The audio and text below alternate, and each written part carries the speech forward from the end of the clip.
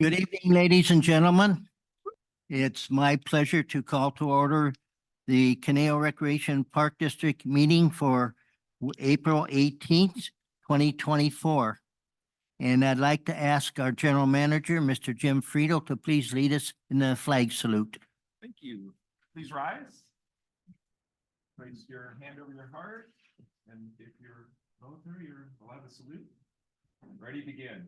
I pledge allegiance to the flag of the United States of America and to the republic for which it stands, one nation, under God, indivisible, with liberty and justice for all. Thank you, Mr. Friedel. Aline, roll call, please. Director Lang, Here. Director Nichols. Yes. Director Helper, Yes. Director Cussworth, Director Buss. Here. Okay, we do have our great employees recognition presentation this evening. But we also have two speaker cards. And rather than have them wait until after our presentation, I would like to propose to the board that we go ahead and take the two speakers first. Is that okay? Yeah. Okay, with that being said, our first speaker is Linda Carl. There's no topic, but we'll listen with our ears and find out what she's going to say. Excuse me, you're going to need a microphone. Do that.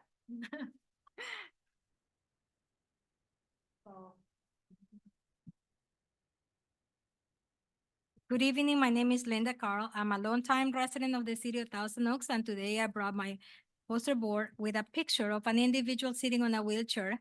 And we can appreciate in the wheelchair has some medical equipment, and we see an oxygen tank, we see a feeding bag, and other medical devices.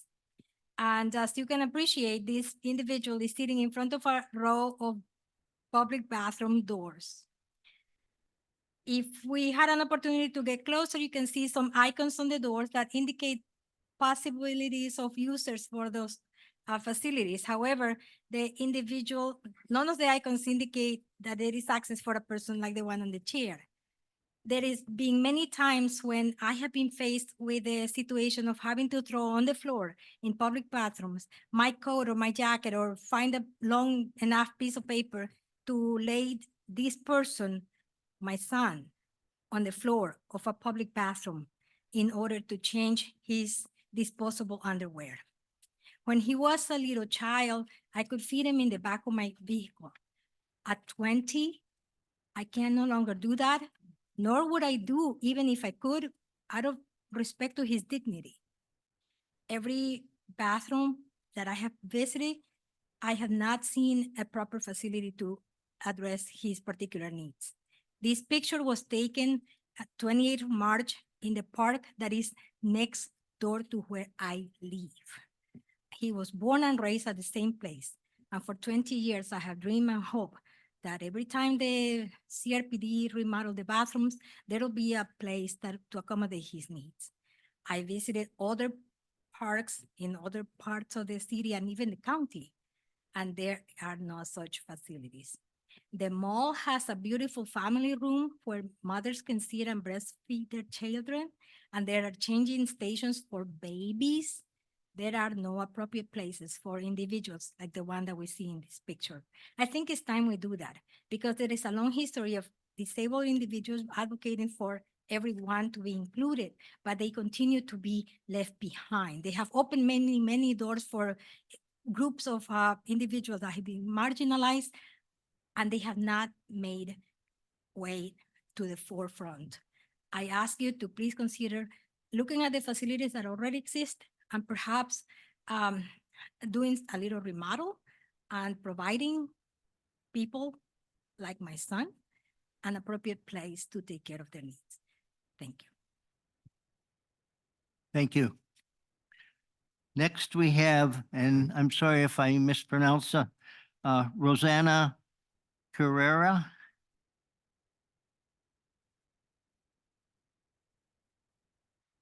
Thank you.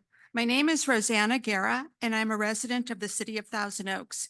And while my family and I have had an easy access to many of the wonderful classes offered by the Park and Rec District, I'm concerned that families in our underserved areas may not. Specifically, I'm questioning the process to apply for scholarship for anyone young or old who is economically disadvantaged. I went on your website to download the application myself and was given a message that I would need to ask for one of the nearest CRPD offices. While I understand that you are using the criteria of CalWorks not CalWorks, but CalFresh, as proof of income requirement, it is unclear whether an applicant would need to complete further paperwork. Expediting the process would allow the applicant to register for classes in time for popular classes. My question to the board is, shouldn't the process be simplified, bypassing archaic policies of asking for testimonial statements by the parent or applicant, which would only serve to be a roadblock to access of these services? A suggestion might be to speak directly to the group, nonprofit, that can provide real input on how best to expedite the access for disadvantaged families. A joint meeting between Adelante Comunidad, CRPD, and Play Conejo could begin to open that dialogue so that everyone has access to the amazing programs available to our community. I just wanted to add, what I do know about access to services is that the more difficult you make it, the less likely people are going to access them. So if you can somehow simplify it so that we keep people's, just because you are disadvantaged economically, doesn't mean that you don't have dignity, and it doesn't mean that you should have to explain why. So if we can somehow expedite that process so that more people can take advantage of this, I think that that would be a wonderful process. So thank you. Thank you. And I know staff is taking notes. All right. We're now ready to go on with our special presentation, Employee Service Awards. And staff, who's going to start this? That would be me. Yeah. First we have Rosie, who I believe is on Zoom, so I'll wait until I can see her, or hear her.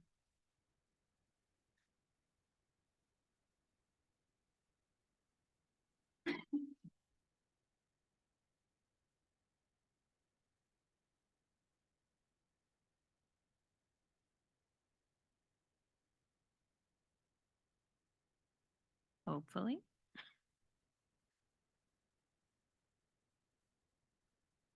Okay.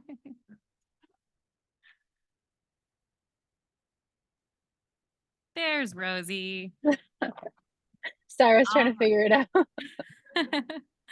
All right, so it's actually almost 7 years now since Rosie joined the district to be our HR assistant, and she joined in the middle of our summer hiring chaos, so that was interesting. In the realm of human resources, there are a lot of critical tasks that keep the engine of our district running smoothly. She is the first point of contact for all of our employees and applicants with HR questions. She's responsible for processing both the district's and the MRCA's personnel actions and navigating the labyrinth of HR paperwork that we get to deal with. She interacts well with all coworkers as well as employment candidates through the recruitment process. She's behind the scenes working on those recruitments and ensuring everything moves along smoothly, from posting a new position, scheduling interviews, organizing packets for our interview panelists, moving candidates through the process, and notifying them of their status. But what do all of her colleagues have to say about Rosie? All are very grateful for the delicious birthday cake she finds for our monthly celebrations. A comment from a CRPD staff was, "Rosie holds a special place in my heart. She did my orientation when I was hired. I am a naturally awkward person, but she made me feel so welcome. Rosie has essentially spoiled me for any other human interaction I may have. With her kindness, patience, and positive attitude, it is both a blessing and a curse." And then from MRCA, they said, "Rosie has sparked collaborative communication and efforts between the two agencies through our biweekly meetings. Her participation has helped streamline processes and has had a positive impact on MRCA employees and the agency. Equally important, Rosie, along with her team, has made me feel welcome and taught me a lot about the work between MRCA and CRPD. When I asked for one word to describe Rosie, I got caring, talented, friendly, kind, patient, unflappable, calm, gentle, helpful. But one thing that has undoubtedly captured everyone's attention, because it's the most common comment I got, was about her truly enviable hair. So yes, amidst the sea of tasks and deadlines and responsibility, there's one thing that's impossible to overlook: her beautiful locks. But all kidding aside, it's not about good hair. It's about her personality that comes with it. Whether it's lending a listening ear or offering a word of encouragement or simply brightening our day with her infectious smile, she's left an indelible mark on all of us. So thank you, Rosie, for almost 7 years of service. May you continue to be the caring and calm, delicious cake finding HR question guru for the district and MRCA with a great head of hair. Thank you. Thank you. Okay. Would you like to say a few words?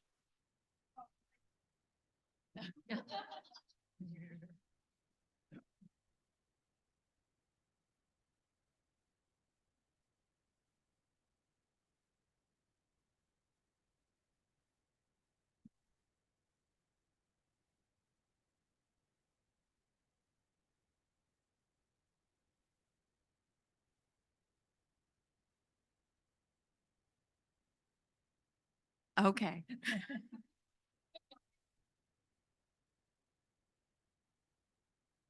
Oh, excuse me, what's happening? She declined. She doesn't want to say anything. Oh, okay, I missed that. Okay. Then Jim, did you want to make any comments or? No, I'm waiting for the next person. Okay.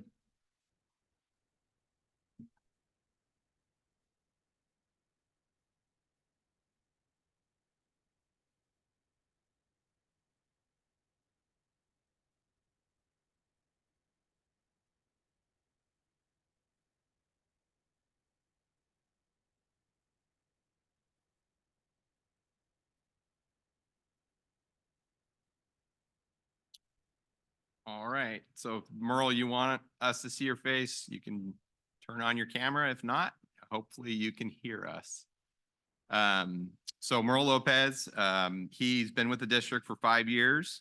He's a grounds worker too. He's currently at Conejo Creek North, which is the district's most central and obviously very active park. Lots of things going on there. So Merle's handled that position, that assignment very well. Professionally, Merle has a great personality with the crew and as a team member. He's always willing to help. Very loyal, hardworking, and very dependable. And from his peers and his supervisors, just overall very solid employee. So everyone likes to work with Merle and the crew, or just taking independent assignments and such. He also just a good guy is what people have shared with me.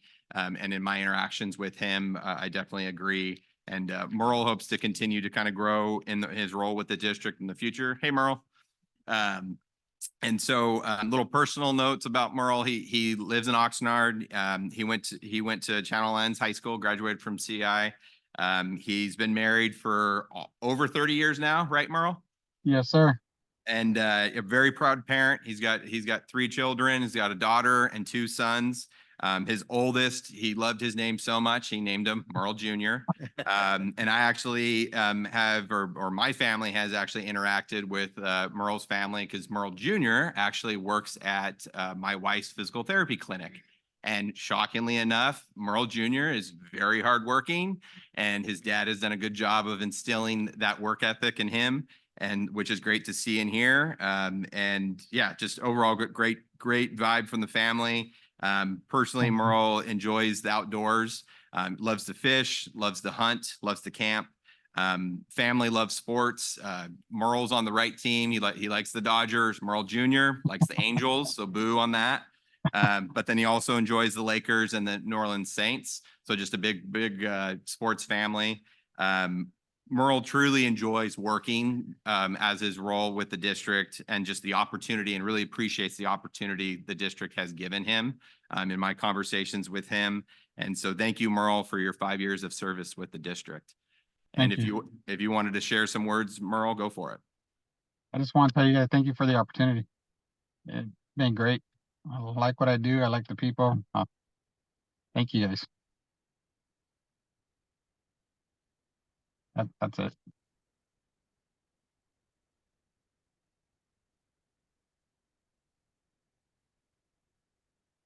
All right, Ray's up next.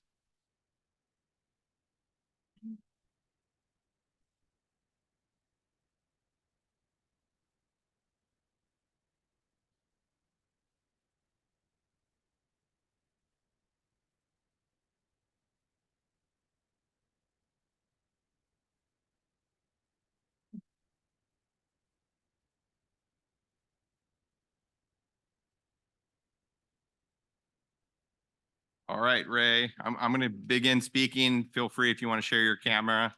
All right, there you are. Yeah. Well, so Hello. welcome. Thanks for joining us. Thank you. So Ray Sanchez has been with the district for 5 years with his service award tonight. He's a grounds worker 1, but currently is filling a temporary grounds worker 2 position. He spent some time at Del Prado Playfield, and then he's also he's been recently moved over to Borchard Community Park. So he's definitely kind of grown in his responsibilities and roles, going from grounds worker 1 to independent grounds worker 2 at a couple sites now with us. Professionally, Ray really takes pride in his work.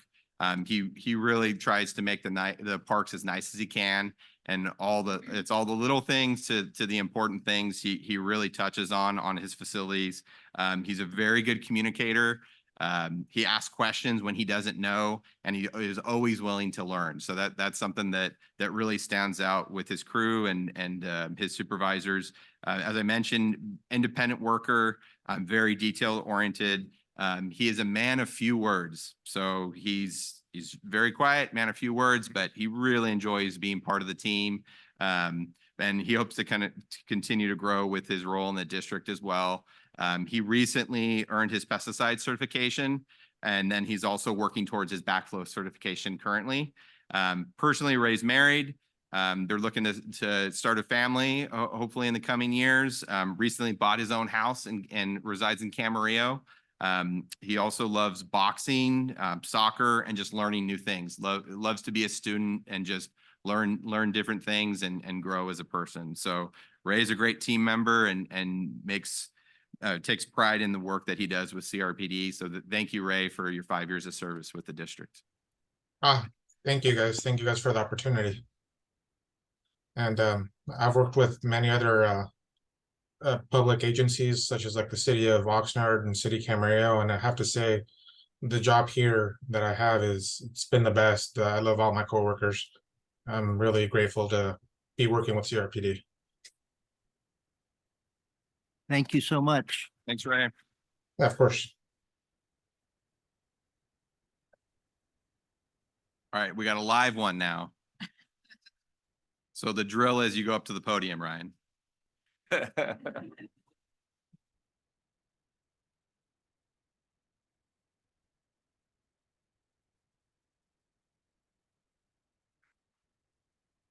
Ryan Stead, joined by Jim Friedel. Ryan's been with the district for 5 years. He's currently a ranger for how many more hours, Ryan? 24. 24 hours. All right. And so to share a little bit of news with the public and the board tonight, Ryan's joining the rec side. So as the new Conejo Community Center coordinator, and he'll also be involved in the outdoor unit. So bummer for parks, bummer for the ranger unit, but good for rec. Their gain is awesome. And great opportunity for Ryan to grow within the district. So he's excited about his new role. Professional side, he's a great worker, very dependable is what his crews have shared with me. Very thoughtful, but then also very professional and detailed in the tasks that he completes. Again, being a ranger too, you're working in a crew, but you're also very independent at times. So he's able to navigate open space, trail work, all that fun stuff, interaction with the public as an independent worker, which is great. but then also loves being part of the team and the crew. He's always open to communication, making improvements in his work and his process. So very, very kind of open-minded and kind of molding what he can offer. Ryan is a bit quiet. So Ryan is definitely a quiet guy. Sometimes you might not hear him, but you'll know the impact of whatever work he was doing because of the level of work that he provided. So he treads lightly, but he's able to put some good work out there to accomplish for the district and Casca. And so Ryan actually lives in Thousand Oaks. He's married to Lauren. He's a proud parent of son Zane. Zane's 5 now, right? So he busy guy with a 5-year-old. I know how that goes, and like many in the room. And being a ranger, though, he loves the outdoors, and so he really enjoys hiking, fishing, mountain bike riding, and then he also enjoys cooking and traveling and just new adventures and new experiences, that type of stuff. But then also one of the most important things is entertaining his son Zane. So whether it's going hiking, checking out cool bugs, playing with animals like the family dog or former family chickens. I recently heard that Matt Kuba adopted one of your chickens.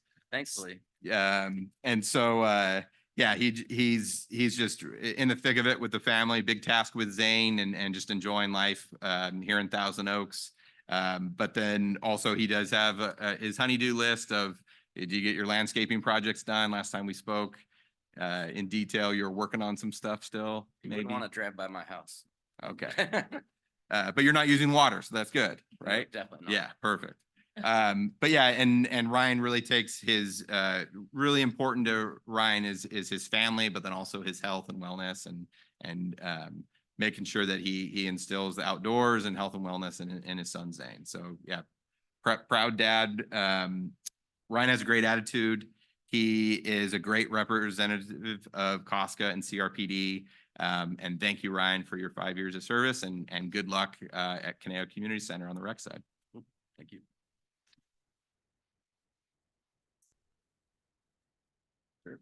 Well, it's been an awesome 5 years with Casca. Like our last fellow said, it's an awesome place to work. I've worked with similar agencies and nothing even comes close to comparing. So working here was definitely not a mistake, and really excited for my last 24 hours of rangering and moving on to some rec duties. So I've been kind of had it in the back of my mind for a while. So I'm super excited to get that going. But thank you for everything. Looking forward to the new rec stuff. All right. Have a good night.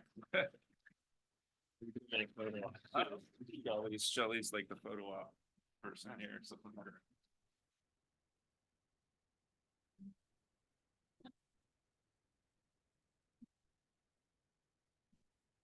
All right, so the next person up is Julie Spivak.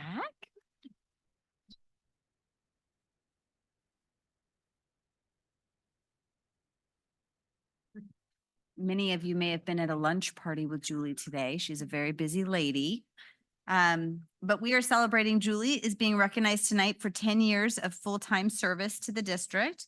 Julie grew up in Westchester before moving to Thousand Oaks with her family, who mom and dad are here. In 1995, she's a graduate of Thousand Oaks High School and went on to get her bachelor's degree in communications from Cal State University of Northridge. Throughout college and for some time after, Julie worked in the restaurant career industry. That's how she's so good at dealing with people. Looking for a change, not realizing it's not much of a change, but she came to CRPD in 2013 as a recreation leader at the Goebel Center, where she did a variety of tasks, including leading the popular water aerobics program, teaching intro to Facebook classes to our seniors, and approximately 8 months later, she obtained the administrative assistant position after Rick Tanaka moved to CSVP. As the administrative assistant, Julie managed the facility schedule, building rentals, and the production of the Goebel Gazette and other marketing materials. In 2017, Julie was promoted to her current position as the Conejo Senior Volunteer Program Director. As the CSVP Director, Julie has done a tremendous job growing existing programs and establishing new ones. And today, I think she had probably over 300 volunteers out there at their luncheon. And I think she has over 800 or 900 working in all sorts of different nonprofits in our community. So pretty amazing. When she entered the position, the senior nutrition program was actually run by a vendor.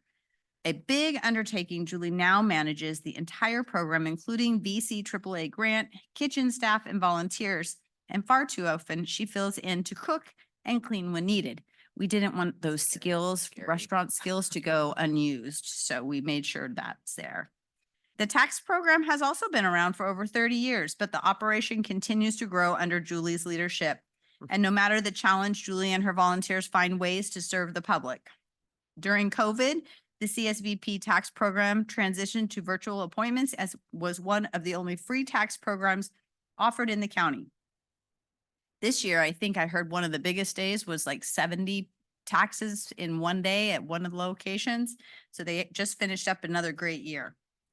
Other examples of programs Julie has either started or grown include the Global Cafe Breakfast Program, Charity Karaoke, Wellness Fest, and Volunteer Appreciation Luncheon, which happened today.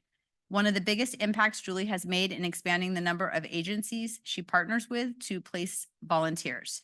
I believe she has over 60, maybe more, could be wrong. As she has said many times herself, Julie is a matchmaker, meeting one-on-one with potential volunteers each week to help them find a volunteer opportunity they would enjoy and feel successful in.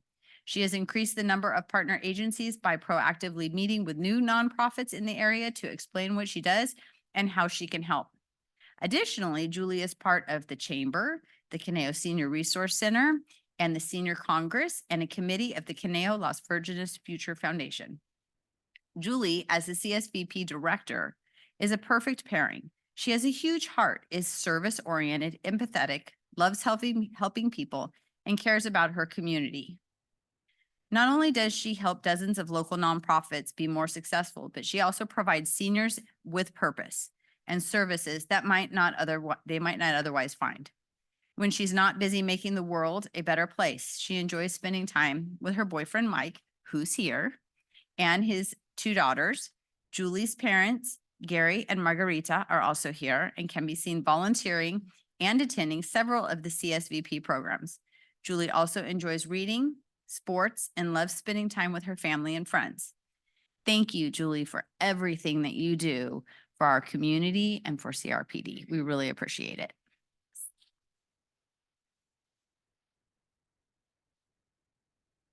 Thanks, Rochelle. Thank you all tonight. Thanks to the board and administration and my supervisor in the back over there. I think they're with the 10-year balloons for her mentorship these past years, especially the past 7 in this position.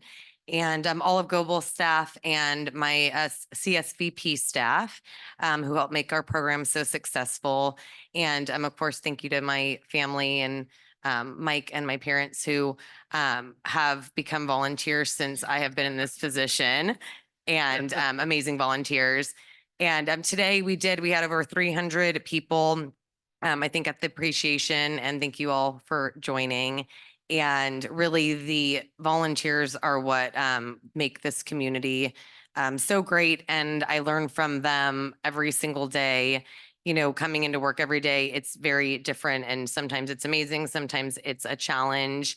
I feel like job hopping is kind of the new thing these days with people. And I am definitely not a job hopper. I tend to stay in my positions for very, very long.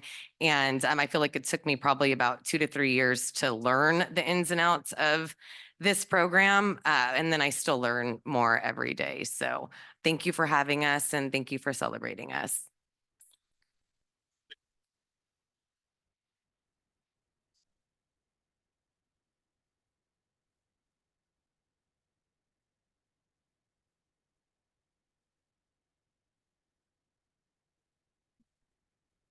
Miss Jody Dixon, if you can go to the podium.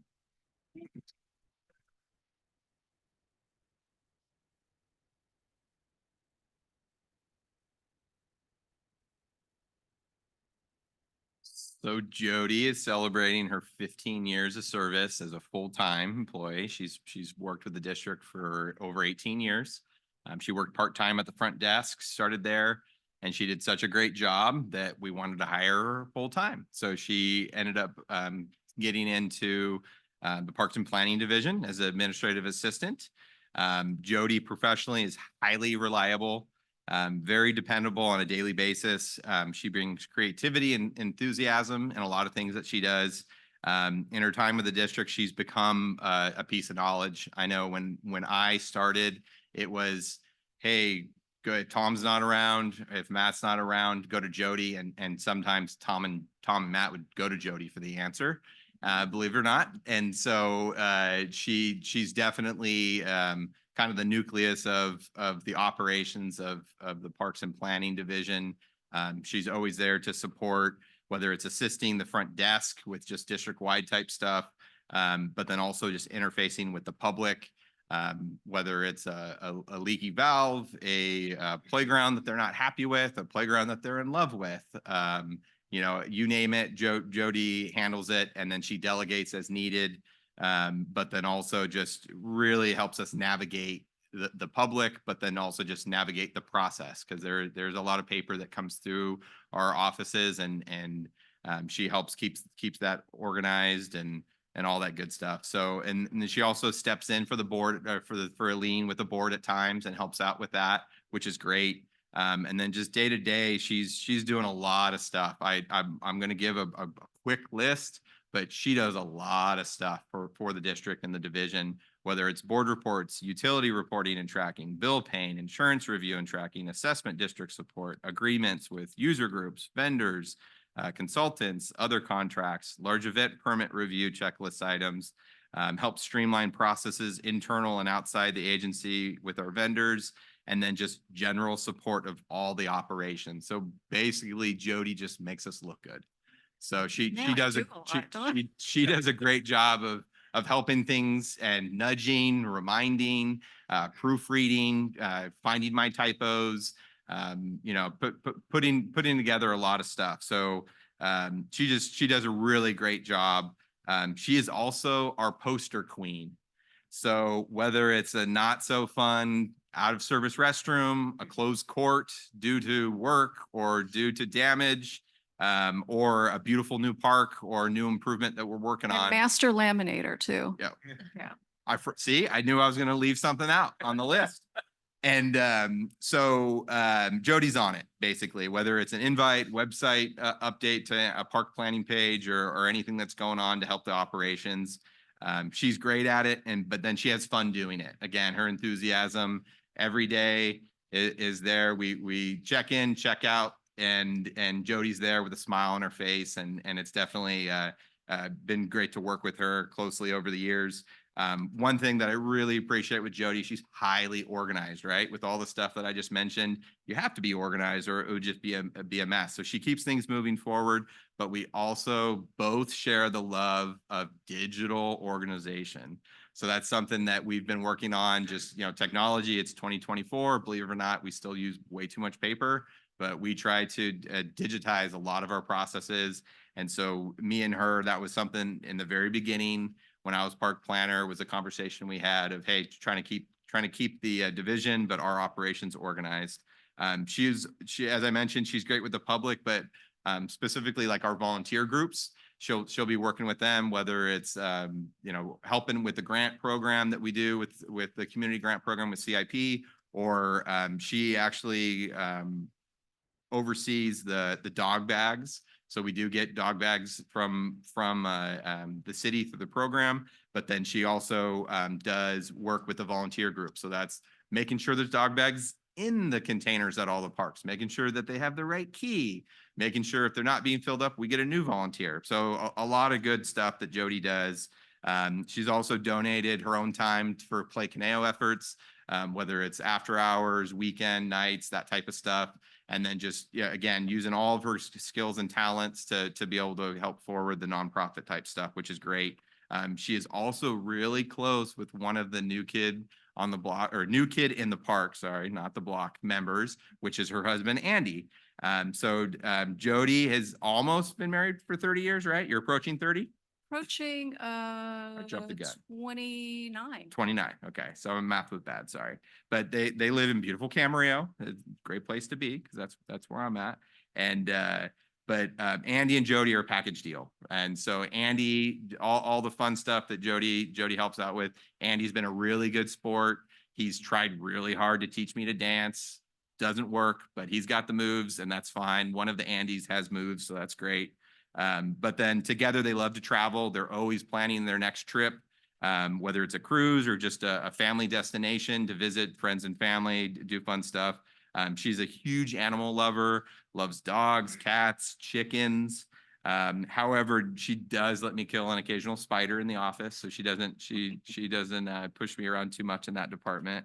But the one of the kind of personal interactions of mine when I started as a planner, and so one thing the past year that Jody loves to remind me is that I'm her boss now. So she always likes to point that out.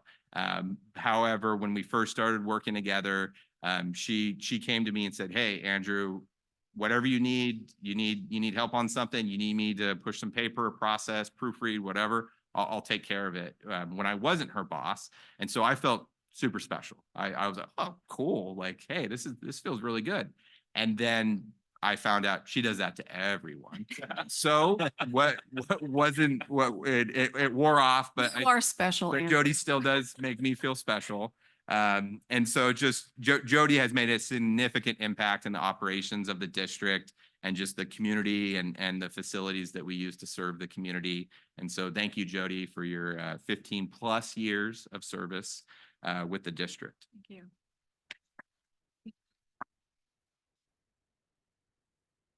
See if I can remember what I was going to say. I've said it before. I'll say it again. I love my job. I always have. I love the people that I work with. I love Andrew. He's just wonderful boss. Matt, who doesn't love Matt? Rebecca now, who's joined our team. She's wonderful. I want to thank the staff. We have a wonderful, wonderful staff, and I want to thank you guys for being so amazing. And I want to thank the board for supporting staff over the years. You guys are very supportive, and it makes working here so wonderful, so pleasant. I feel truly blessed to be here, to be part of the CRPD family. So thank you, thank you, thank you. And thank you, Andrew.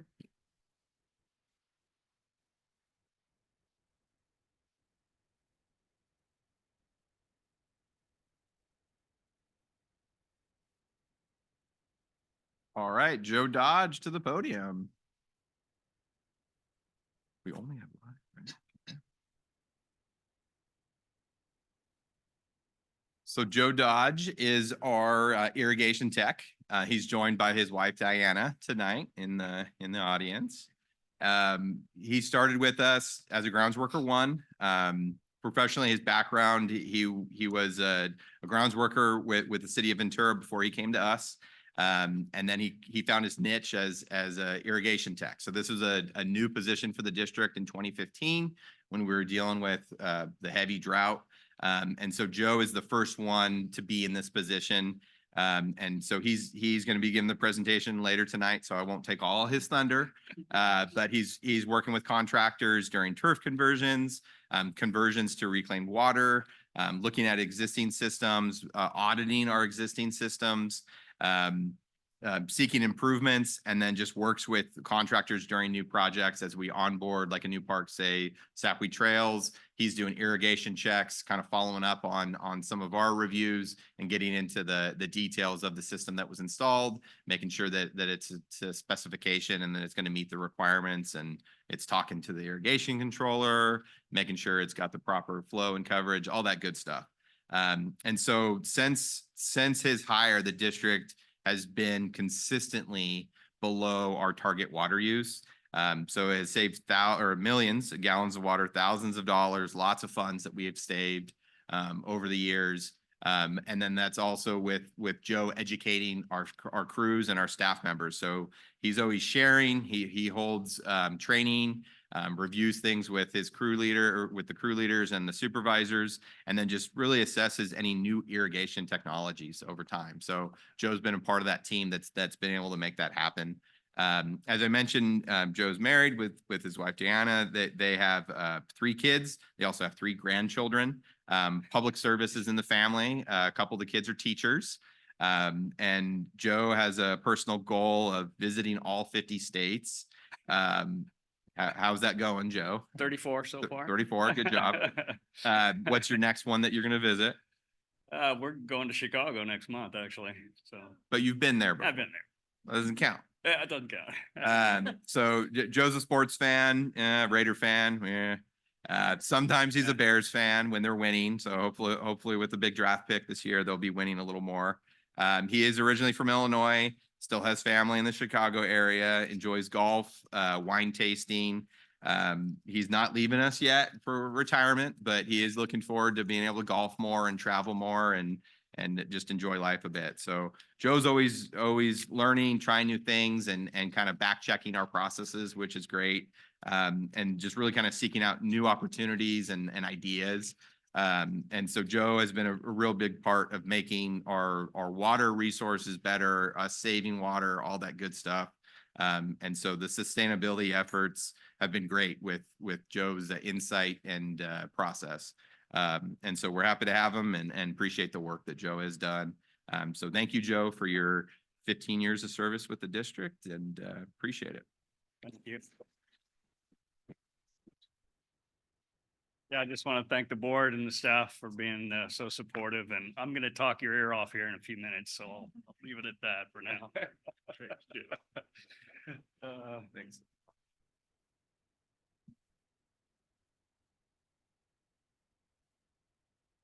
So David Young to the podium.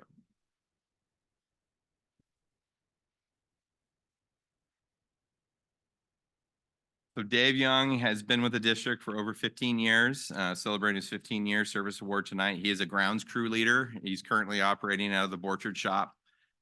He took on the role of crew leader in October of 2013.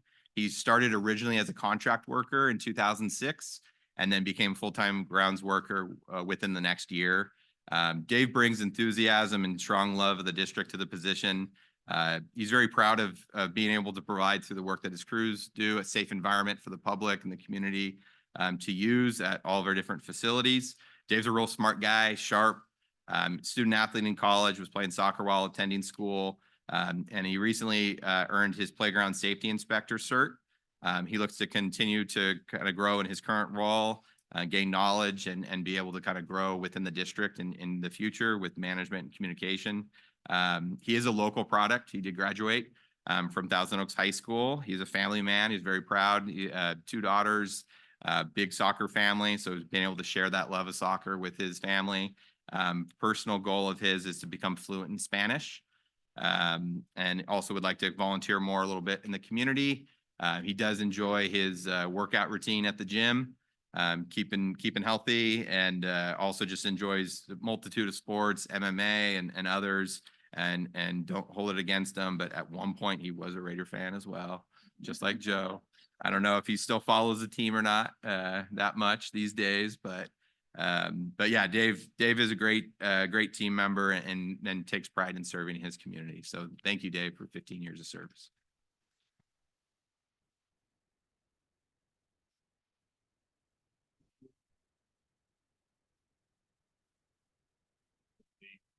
Something I fell into, but then fell in love with, I guess. So I appreciate the board, management for supporting us, and thank you for the years of service, I guess.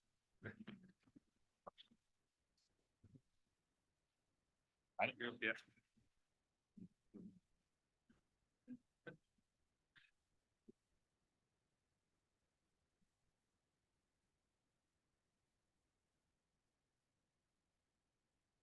Huh.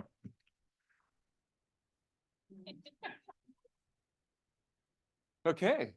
I'm going to do it right from the podium here. I get to do Aline and Melissa.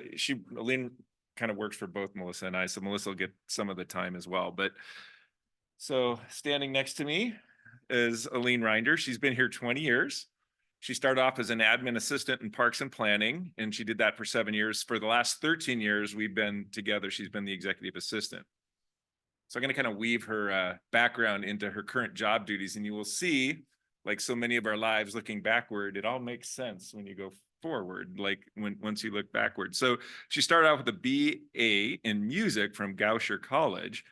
Their mascot is the Gophers. And everyone knows gophers and parks just go together.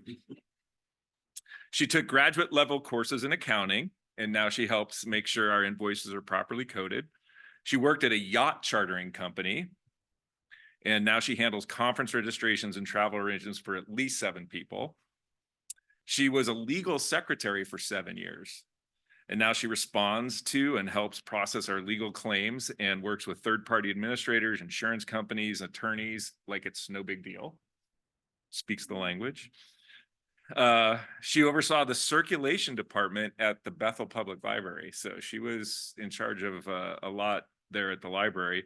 And now she safeguards our district documents and records and produces our agendas and creates accurate minutes with the care and precision of an archival document, which it is. It is, you know, the story of CRPD are reflected in our minutes, and she is the person writing them. She was raised in Connecticut and has that East Coast etiquette and charm. And so she has outstanding communication skills, handles those tough phone calls in a polite and responsive manner. And if you've gotten done speaking with her, you really feel like you were heard. Like she does a great job of listening, and that is such an important skill in the job that she has. So family, oh, look at that.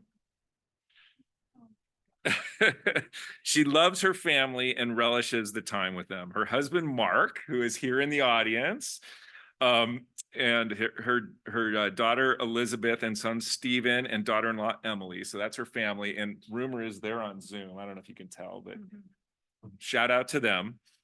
Okay, so she's kind, she is smart, she sings, she's a voracious reader, and she absolutely crushes it in bar class. And for anyone listening out there in the bar world, I heard she can hold the water ski pose longer than any studio bar instructor, and she mocks them in all of their easy classes. So in all seriousness, I've worked with Aline for 20 years, and we've been through a lot of life milestones together. I couldn't be more lucky or feel more grateful than to spend half of my waking hours with such a capable and remarkable person. So it's been an honor and a privilege. Thank you, Aline. And I know Melissa's got a little. I'm not going to try to compete with Jim, but I will say I worked with Aline for 4 years, and she's one of the few people in my life that I can totally nerd out about all things choir, which I love. And she's one of, I don't know how you knew this, but my high school crush was this random composer, and she somehow knew it and then was able to tell me when he was in town and performing. So that was awesome. And you're such a delight to work with. And actually we have Nellie wrote something for you. So I'm going to read that. So, hi, Aline. Congratulations on your well-deserved service award. I liked you the minute I met you. You have a welcoming and accepting personality. Way back when I was on my first committee, I mean, way back, like in my 20s, the chair of the committee introduced us all and explained our jobs. When he introduced the secretary, he made the comment that she was the one who was really running the committee, as she keeps everyone on task and organized. You are the heart of this board. Not just because we love and appreciate all that you do, but because you are like a physical heart. Hearts pump blood through our bodies and keep us alive. You keep the board organized by sending out information, making reservations, checking up to see if we remember our commitments, answering questions when we've lost something or forgot something.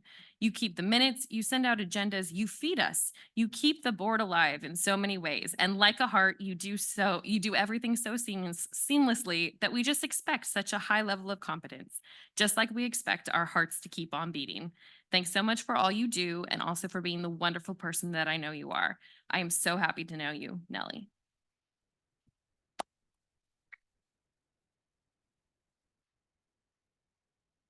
Okay, first I have to start with the digitized thing between Jody and Andrew over there. Jim and I are savers, okay?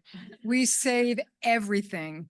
And Melissa and Rochelle are trying to cure us of this, but it's a really slow go because we like paper and we don't like to get rid of it.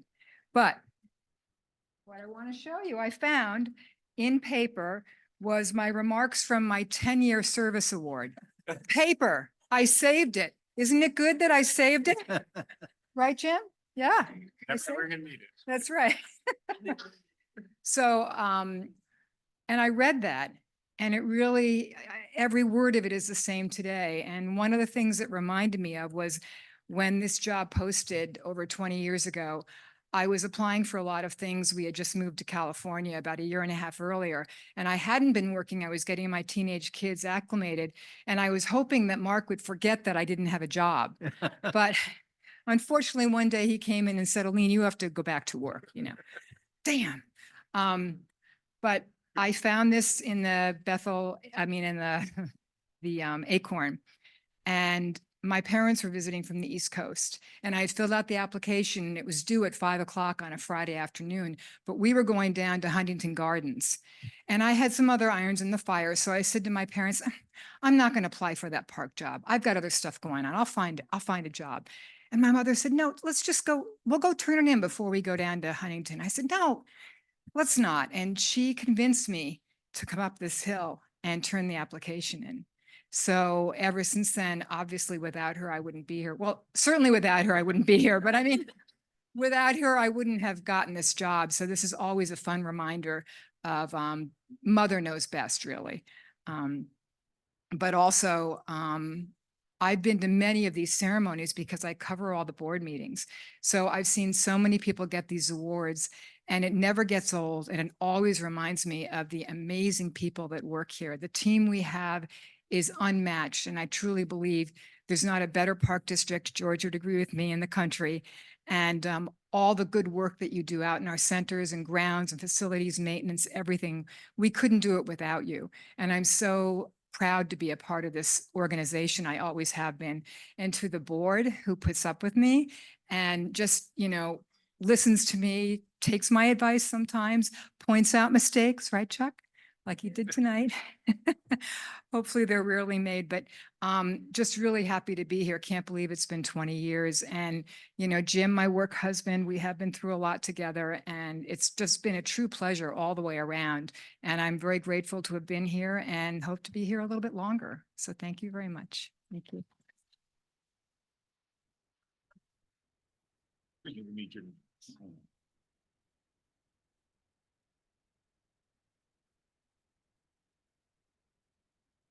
All right.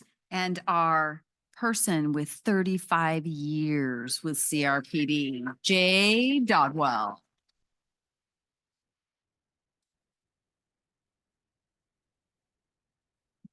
All right. So first of all, Jay, I know you have a great big supporter that is online, I believe. Sarah is out there cheering you on and would be here if she could, but she is there.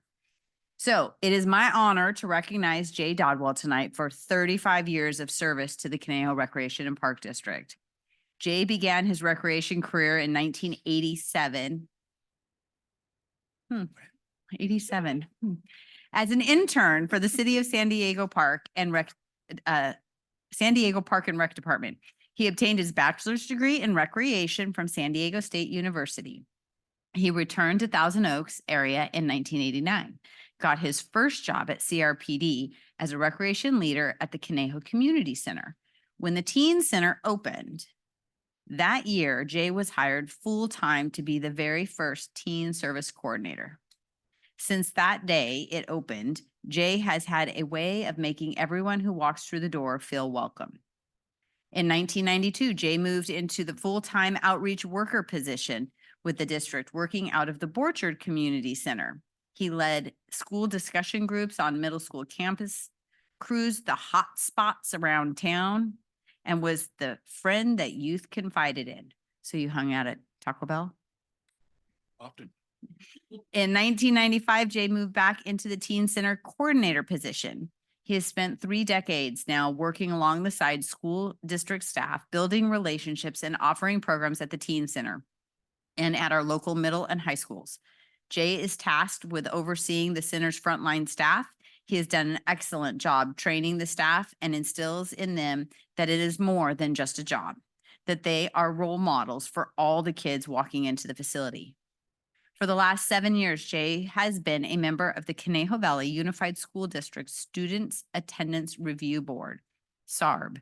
The board meets monthly and is composed of representatives from various youth service agency, which aims to help truant or wayward students and their guardians solve school attendance and behavior problems.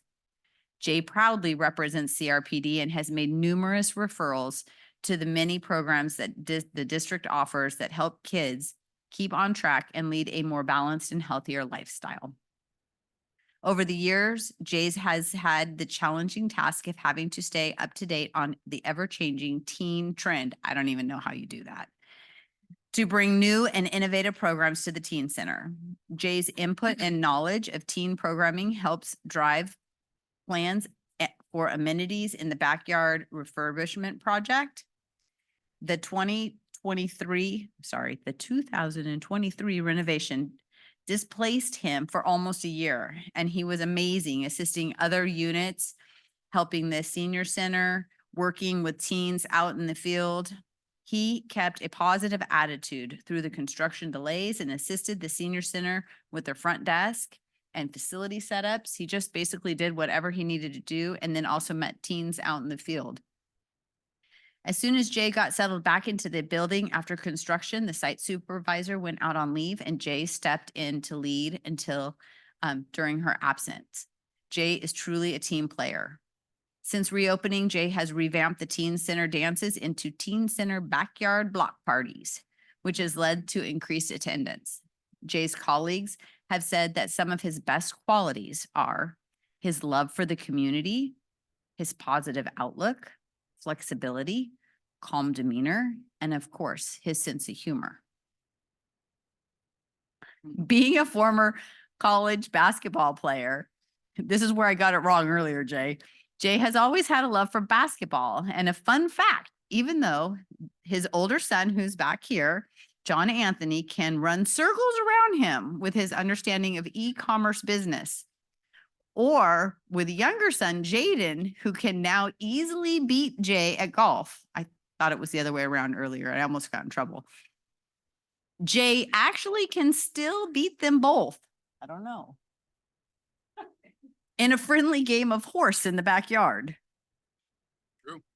No, I don't know. So, supposedly because you have a long range over the patio shot that gets them every time. Correct. Okay. How do you know this? I had a secret spy.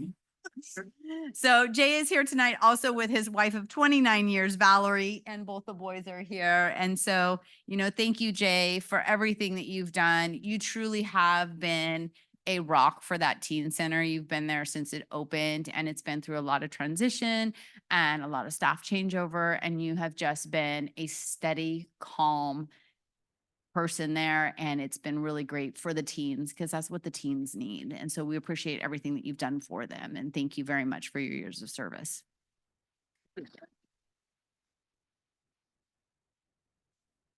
Very nice words. Thank you so much.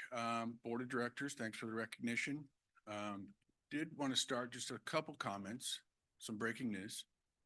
When I was walking in, Shelley Howe, who heads up our Human Resources Department, let me know that now I am the elder statesman as far as years of service go with CRPD. So I think that's really great. Thank you. I in turn thanked her for, relaxing the hiring age that allowed me to start when I was 12 years old. So thanks, Shelley, for that. I could talk numerous experiences, obviously, in 35 years of being at the Teen Center, but just kind of thought and boiled it down to just a couple things I wanted to touch on is kind of keeps you going is one is that how teens act is they never cease to amaze me or surprise me. It's always something that happens where I just shake my head and go, oh my Lord, no way. All of teenagers are just so unfiltered. They don't really have any, conscious of, could splurt out anything at any time, which has happened numerous times. So we are constantly trying to rewrite our, what is normal teen behavior kind of things, because sometimes we get into these really serious things, which just, it just keeps me going with new experiences. And the second thing is it's kind of like a selfish thing is when teenagers will say thank you to me. And it's kind of like my parents a long time ago said, you know, you shouldn't do things and expect a thank you, which I think is true, but I was kind of think it's nice, but and it's not like you're giving a kid candy at the front counter and he's with a parent and it may prompt him to say, oh, thank you, you know. What you're doing is you're getting a thank you based on experience, like an experience that they have. They can get off a bus from a snowboarding trip or, you know, get back, leaving a dance, or maybe it was their first concert that they played at. Getting that thank you is really meaningful to me. So just two things. Now I could go on, but I'll just stop right there. With that, I'd also like to thank my courageous supervisor, Sarah, who is out in Zoom land right now, who, as Rochelle said, couldn't make it. She's still recovering from cancer, so she's 1 day short. I think she's going to get the return to groups of over 25 tomorrow. But awesome supervisor who's really leading the teen center the right way. Melissa Rufio, sorry, Melissa.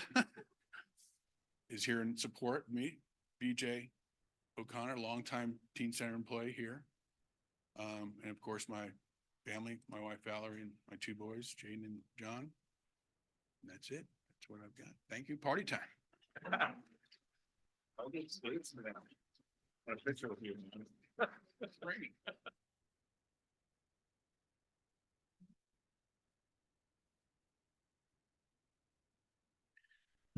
Okay, what a great group. What a great organization we all are part of.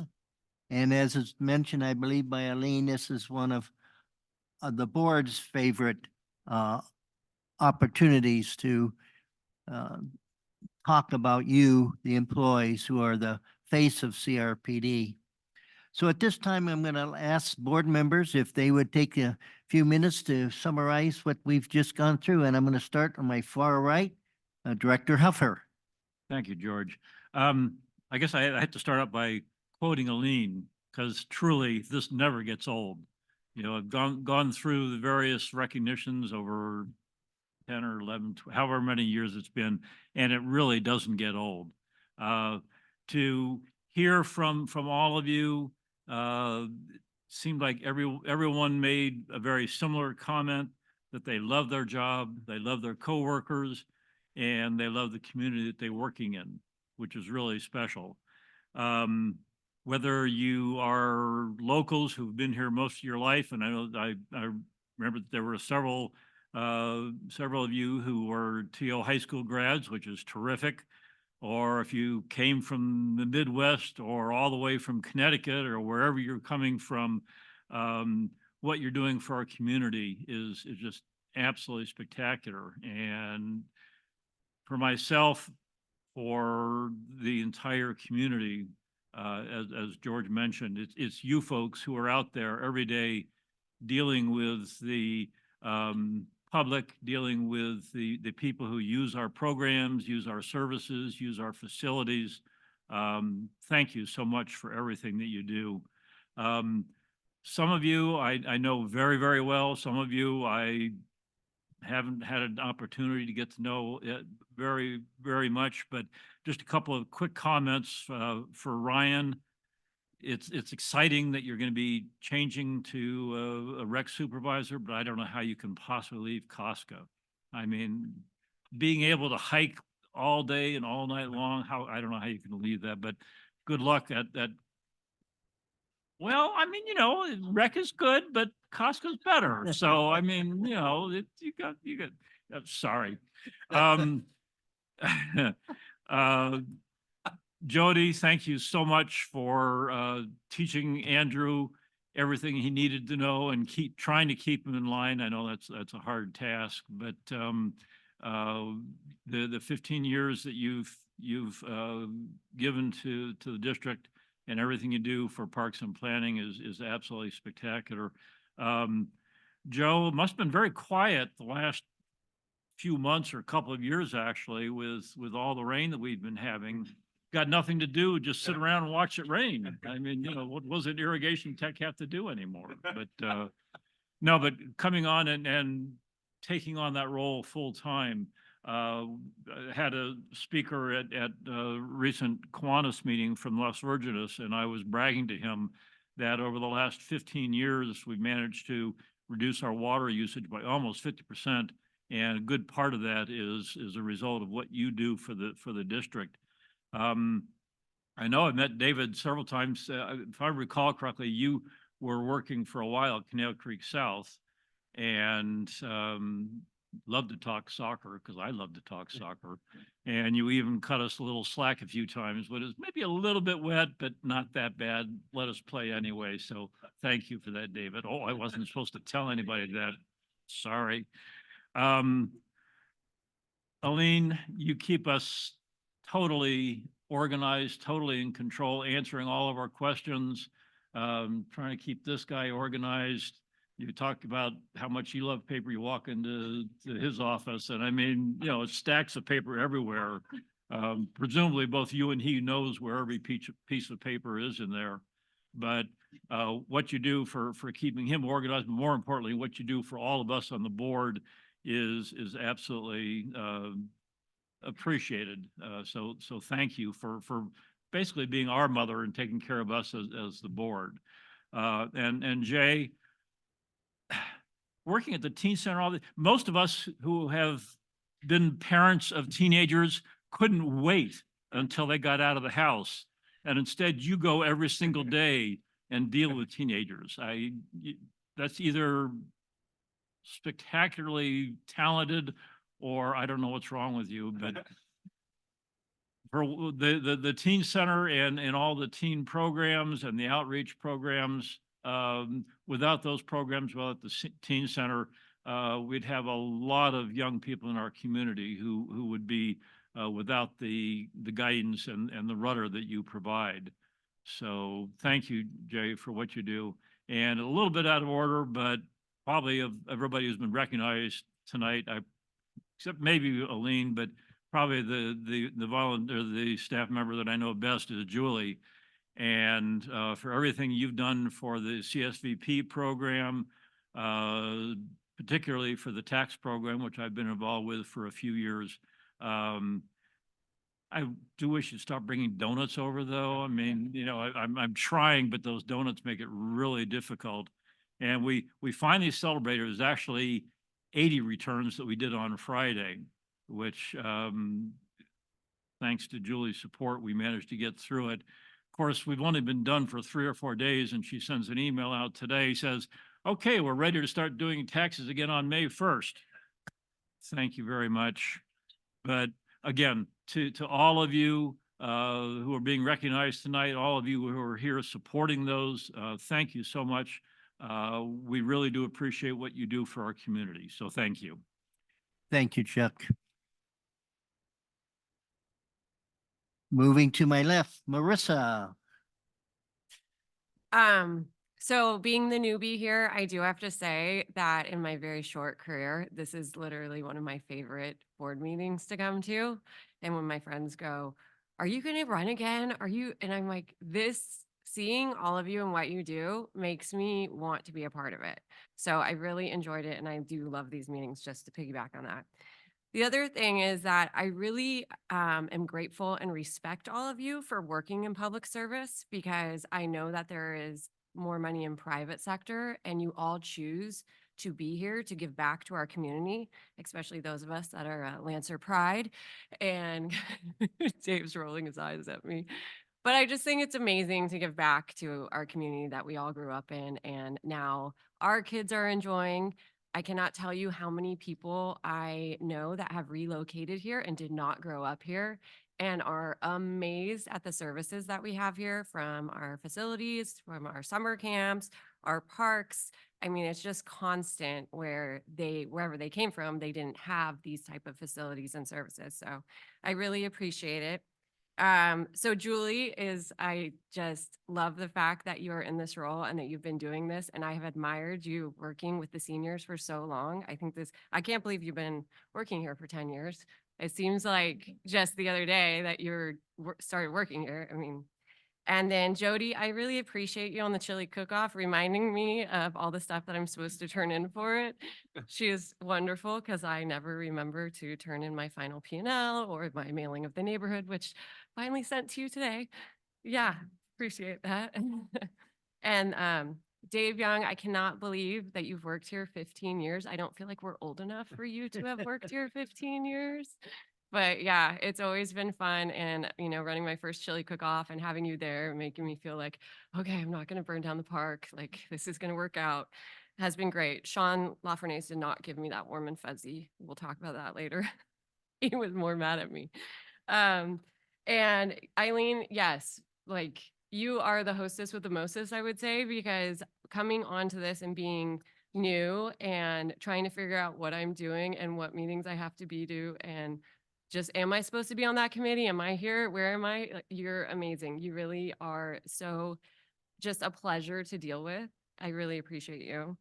And Jay, I'm pretty sure I remember going to the teen center and seeing you there. And, and I just can't believe that was 35 years ago. Wow, I can't believe you look amazing. Yeah, you literally look the same. Yeah. So I appreciate all of you and I respect you so much and thank you for your service. Thank you, Director Buss, and now Director Nichols. Thank you, Mr. Chair. Yeah, this is a great evening. Certainly enjoyed not only hearing so much more about you than I ever realized. Although I'm never really surprised because I know the people that we have, and it's just amazing to hear these stories. Ryan, I was wondering if you're going to be starting to offer some classes on how to ride quads on the trails or something like that. Okay, sign me up. I'm there. I knew there was going to be some advantage to having you join the rec side, but you bring a lot of experience. So we're looking forward to taking advantage of that. So welcome to the new position and congratulations on that promotion. Julie, and just seeing the people out there today with the lunch, just as a reminder of your involvement in kind of pulling that together. We do have a great community that just chooses to volunteer. And I was amazed at how many different things that individual people volunteer for. It's not just one thing that they do. They'll do 2, 3, 4, 5 different things that they volunteer. To keep that coordinated is amazing. But that's just a part of what you do. And so thank you for kind of keeping that all together. Thank you for keeping Chuck busy. So he doesn't, he has to do something when he's not visiting grandkids. So appreciate your keeping him busy with that. But I know you have that energy and have that charisma about you. The people just love you. And I hear that time and time again, that they speak so highly of you. And that's just the volunteers. They're not getting paid to say that about you. They just really appreciate what you do. So thank you for keeping that going for us. And Jody, I know you just kind of fill in wherever you need it. I appreciate that. You just see, and again, it's because you do kind of blend in because you don't want to take the lead, but you're available to take the lead and you're more than qualified to take the lead, but you just kind of keep things going. And especially for, someone like Andrew who, takes a new position and he probably thinks he knows what he's doing, but it's only because you showed him how to do that he does. So thank you for keeping him going and the rest of us going as well. Joe, I remember meeting you out there at Glenwood Park a few years ago when we were doing the reconstruction of that. And I just was out there to kind of look at the new playgrounds, and I think they were blowing in the fly bar or something. And I saw you out there, just digging through some trenches. And, any of us that are homeowners that have had to deal with irrigation issues in an older home with roots and sidewalks and pipes where you have no idea where they started or stopped. And I see him out there, doing that in a professional way with these, pipes a little bit larger than what I have in my backyard and the valves a little bit larger. So I started asking him some questions. He was more than willing to kind of share his knowledge, what he was doing, how things all fit together and some of the challenges we have. But it's just like, no problem, I'll figure it out, get it done. It was an opportunity to get something done. So thank you for doing that because I know you do that day in and day out. For me, it's an occasional Saturday that I don't look forward to. Plumbing jobs always have to start on a Saturday morning because I need that much time to make several trips to the plumbing shop to get it done right. So thank you for that. David, I don't know that I've actually met you in the field, but I've heard a lot about you and I, because of this experience I had at Glenwood, I learned that this playground certification, that's a big deal. So congratulations on that. I mean, to me, I just remember, these, timbers and old galvanized pipe that we played on as kids. There was no safety issues back then, it's just, you fell down, it's like, hey, get up, you gonna play here or not? You just go have fun. But now I know it's very technical, even like the 5-bar height and things like that with all the pieces that fasten together. And those things are so amazing. It's like a piece of artwork. I don't know how they put them together. So I know we will certainly be taking advantage of that expertise of yours and looking forward to that. So thanks for pursuing that. Aileen, my only disappointment is that you're not available to be my personal assistant and that you can handle all my vacation plans for the family. But otherwise, I do appreciate all that you've done for us, and you do keep us on task, as has been mentioned here, and with a smile all the time in your voice and in your face, always just kind of making sure that things go well. And you make us look good whether we deserve it or not. So thank you for doing that. And last, Jay, still remember our time of bowling out in Baltimore, had a blast out there. And I think what really impresses me most is just seeing you interact with the kids out there. You talked about teenagers and those of us who are parents of teens or past teens, know exactly what you're talking about. Things just kind of get blurted out. But I just see, as a parent, just like, oh my gosh, you're reacting. But I just see you as the type of guys, let's talk about that. Just kind of calm demeanor, just kind of make it a conversation and work through it. And realizing that, kids have different backgrounds and coming from different places. And I mean, you're the ideal person for that, to do that and just kind of keep that calm sense there in all respects. And I know you do that with all the people that you work with too. And I presume with your family as well, but I'm not going to ask for any details. So, but thank you for your service. And families and supporters, we thank you for joining your loved ones and colleagues here today. It's nice to have that reflection of just seeing the team that we do have has been mentioned by you folks, and also we hear it from the board many times over. Just the respect that our community has for the staff, the respect that you have for each other. I mean, it just goes to show it again. We all say it time and again. You are the faces that make the Park District look good. Because you do look good, but just the way that you handle yourselves and present yourselves, whether it be on the grounds, in the facilities, or in a rec program. So thank you for doing that. It makes our job a lot easier, and it makes it fun for us to be part of it too. So thank you all for being here tonight. Thank you, Director Nichols. And I'm going to go in reverse order, primarily because Jay mentioned his now being the most senior staff member with the Park District. Is that right? Oh. Okay. Well, I'm getting close, and I just know how much you've contributed to CRPD. And when I see you, wherever you are, I think of CRPD, not just a teen center, not just a rec center or whatever. I think of all of CRPD because of the many roles that you have played and the many things that you have contributed to making CRP better.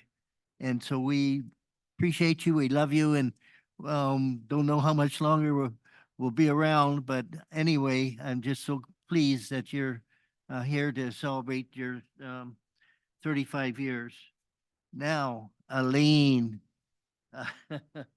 in fact, at the volunteer event today, I saw your predecessor, Shirley Oren.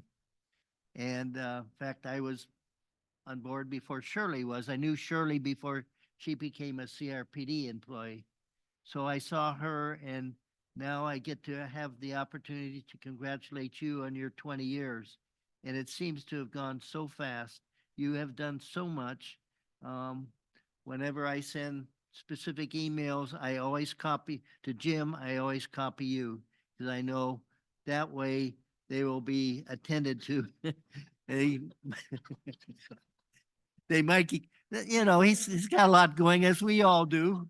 But anyway, Aline knows what's going on in the Park District, so thank you so much. And Mark, thank you for allowing Aline to be part of our family, even though you haven't had all the time here in California, but we appreciate you sharing Aline. She's a jewel. David, continually working to improve yourself, improve your work skills, etc. That's what life is all about, bettering yourself and being proud of what you've accomplished. So thank you, David. Joe, I can remember when we were debating as board members about irrigation position. We all knew what we were dealing with, but to understand and put it in the right perspective of the importance of it being part of CRPD. And you've made that very clear of how important this position is in all of your work and accomplishments. So thank you so much. We appreciate it. Jody, and it's been said, Jody does everything. Everything will be taken care of when Jody's around. And one of the things I'm thinking of is our upcoming gratitude circle. You and Aline and other staff members who make that such an enjoyable event for the many visitors, those who don't know that much about CRPD, but they know when they at the gratitude circle, and it's a classy event. It's quality all the way around. And thank you, Jody, for everything you do. You're wonderful. Julie, I will be seeing her in the morning at breakfast. I see Julie a lot for breakfast. I hope you don't mind, but she is the light of the world. She is the joy. I'm getting emotional. Anyway, all of you are wonderful, and thank you for your contributions, your many, many hours of dedication. Maybe you want to, rather than get up to go to work, you might want to do something else, but you show up and you do your job, and you make us as board members very, very proud of each and every one of you. So thank you, and God bless.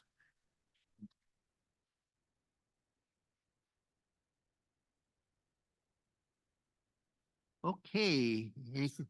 Oh, a group photo. Thank you, Michelle. So yeah, we're going to take a quick break for a group photo and then resume the meeting in probably less 5 minutes or so.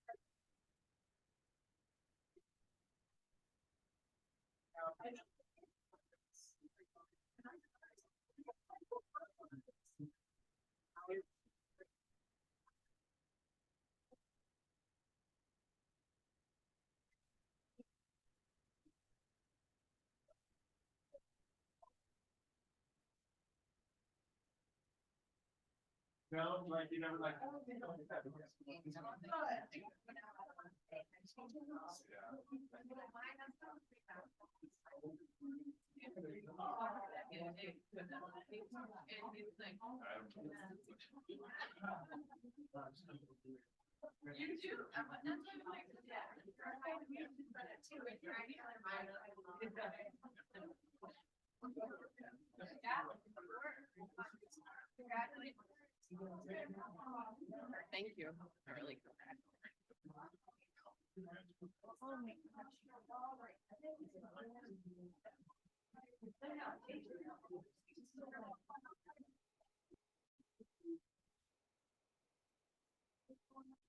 Did you, I wasn't sure how old he was. Did you know David at T.O. High at all? Or? Yeah, he's a year younger than me.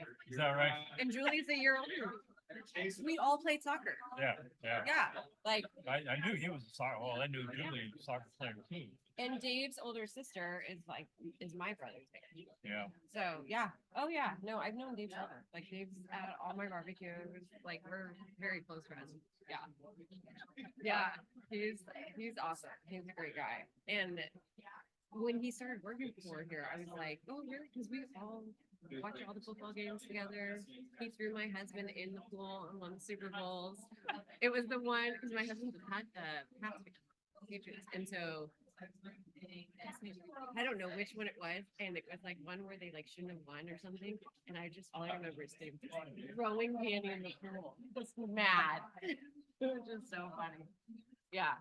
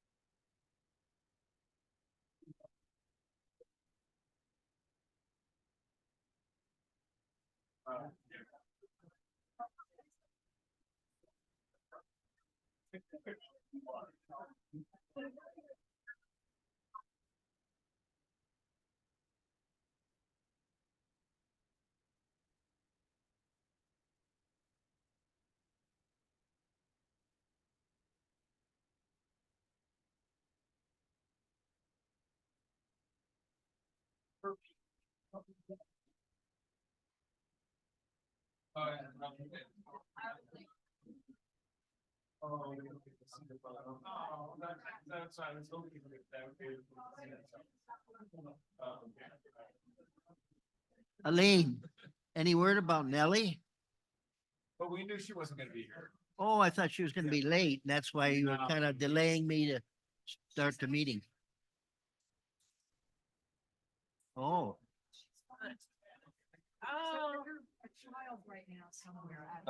Sacramento, a grandchild is the lead in a play, in a high school play, and then next meeting she'll be in England or Europe or something somewhere.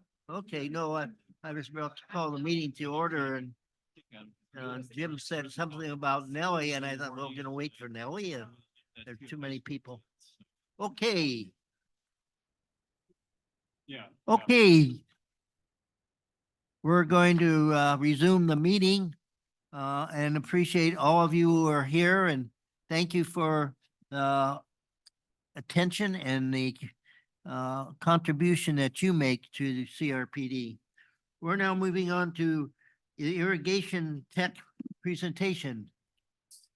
So I'd like to introduce, thank you, Chair Lang. I'd like to introduce Joe Dodge again, but also joining us is Joe's former supervisor as of Wednesday, Eric Bjork, our former maintenance crew leader. And within the past year, he's been our project contract supervisor, has taken over the maintenance, building maintenance realm when Joe Ternero retired. So Eric has replaced Joe Ternero in that role. But the past year or so, he's overseen our special teams group, which includes irrigation tech, our equipment operator, as well as our pesticide spray tech. So, yep, thanks for joining us. Go Yeah, for it, thanks, Joe. Eric. Appreciate that. Gosh, I'm gonna miss you, and I got to train a new guy now. Well, anyway, yeah. So I'll talk a little bit about the role of the irrigation tech tonight, and also my duties as water auditor. I've was promoted to this in 2015. Great opportunity. We needed it. The role of technician was obviously from the beginning, focus on saving water. That was the big thing. And Matt Kuba helped me dive right in with a lot of useful information. When I first started, these are master valves here on the left. We only had a few of them in the district, and we worked to expand these 3 or 4 or 5 a year, depending on how busy we get. And on the right there is a flow sensor. So what that basically does is the flow sensor tells the clock, hey, you're moving much more water than we've recorded. And the clock tells the master valve to shut the water down. So that's really been a big water saver for us. I've also been making a training video for the guys. They're a little intimidating because they're so large and they've got a lot of piping around them. And while I had this one apart, I replaced the gaskets and started making a video for the guys. On the left there, you can see the problem was the little clogged port. There's a little piece of like calcium hard water deposit there that was making valve malfunction. Another big focus too in the beginning was we were in the grips of about a 4-year drought at that point, I think. And me and Bob were putting our heads together one day and we said, why are the golf courses looking so good? So we got with our buddies that run the local golf courses, and all of them were using fertilization. So we experimented with a few different types of tanks, but we ended up with these easy flow tanks. They're really easy to work with. They're 25 gallon. We'll typically install 2 in line like that. One is for organic nitrogen, and then the second one we can add our additives. We have gopher repellent. We can add iron, and also a big water saver is surfactants. They help break the tension of the surface water and help the nutrients and the water absorb into the heavy clay soils we have a little better here. And yeah, this is one of the websites that Matt told me to jump into, and with bewaterwise.com, we were able to get rebates on water saving nozzles. That's a big one. That's helped us save. These use about 1/3 less water with pretty much the same results. Also do some monitor and repairing of the backflows. That's a big backflow there on the right from Conejo Creek South. Basically, the backflow just prevents the water, if we do have a break, from going back and contaminating the city water supply. And sometimes a little innocuous drip can turn into a big problem if left unchecked. So the guys help me monitor those. Also, servicing and sizing of pumps. You have to fill out a huge questionnaire to get the correct size pumps. This is a pump house at Conejo Creek South.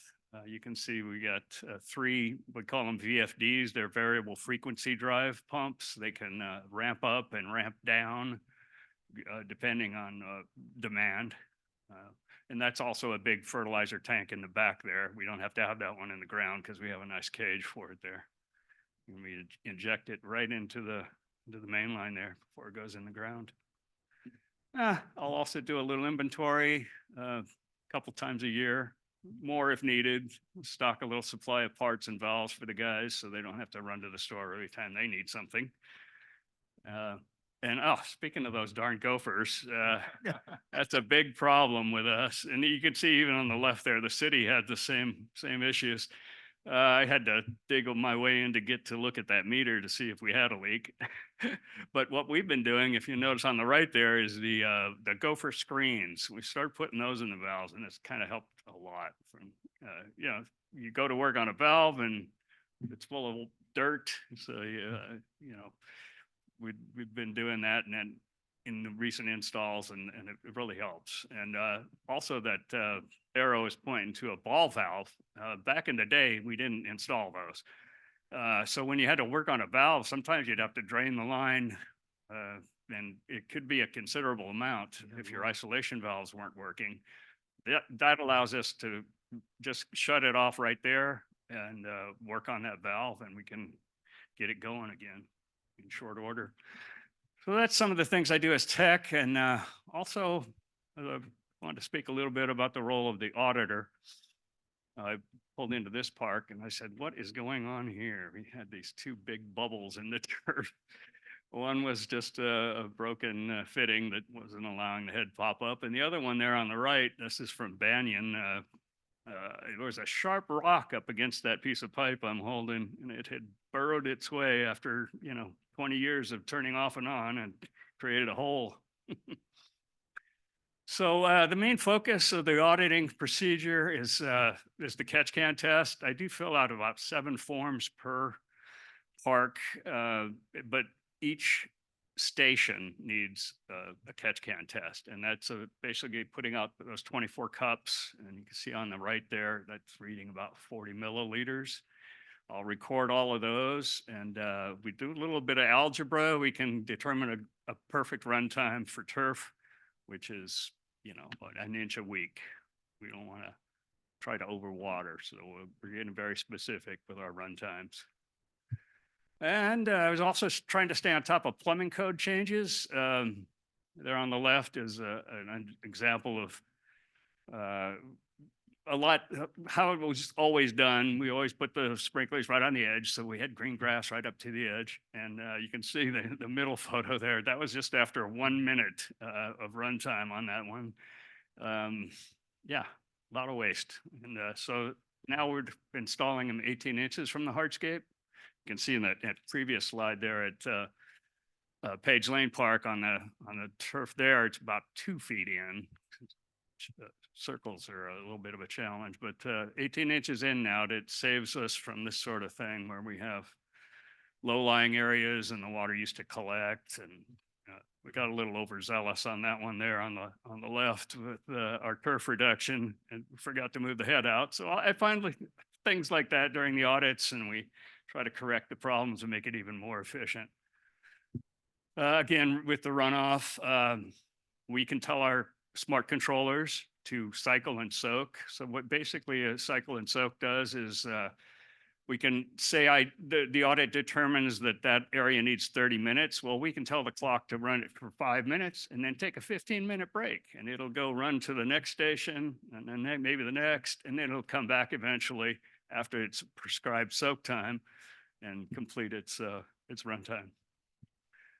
And yeah, like you said, like Andrew had mentioned, we were heading in the wrong direction there for a while with, as you well know, the water bill was over 2 million at one point. And I think we've stayed on target ever since we've made these concerted efforts to make these improvements and audit the parks. It's been a challenge, but it's been fun too. And the best part is getting wet on a summer day and turning the sprinklers on myself. So I very enjoy it. Thank you, guys.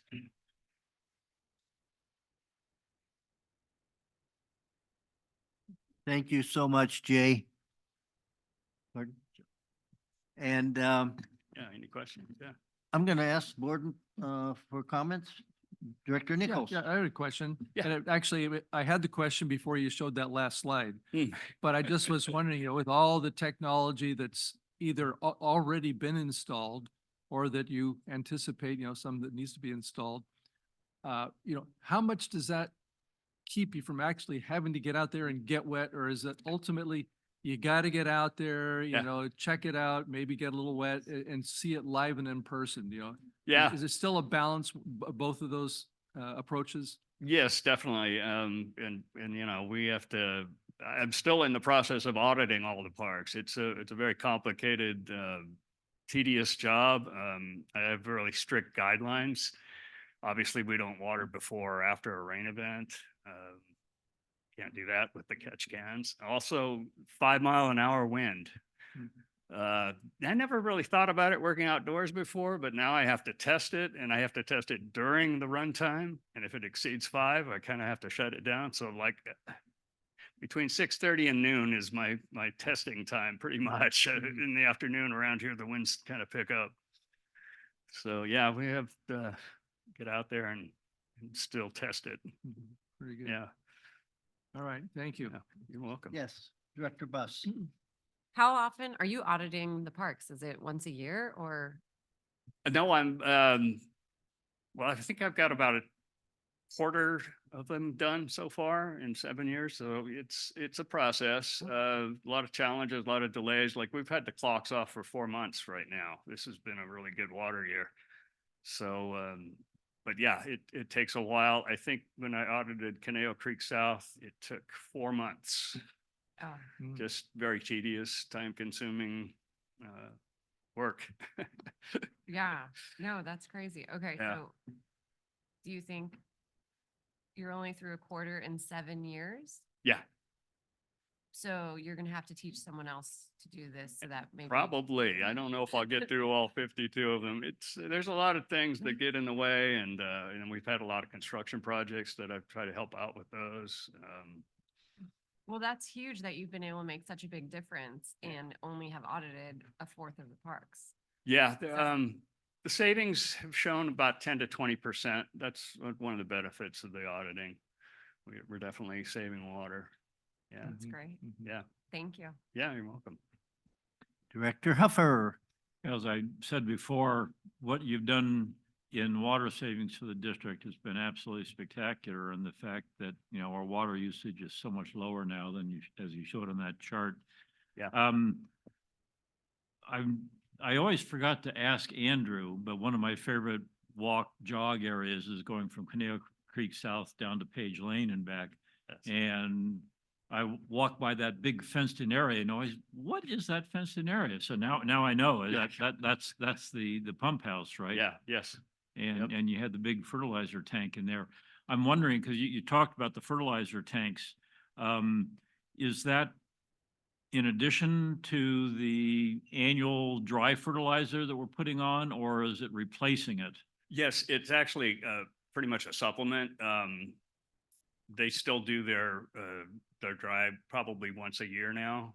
I did hear some really good feedback from Craig Welling, who works at the ball field there, and he didn't have to spend $4,000 on fertilizer this year. So he normally would put down a huge amount, but the turf looks really good and it's really been a great supplement.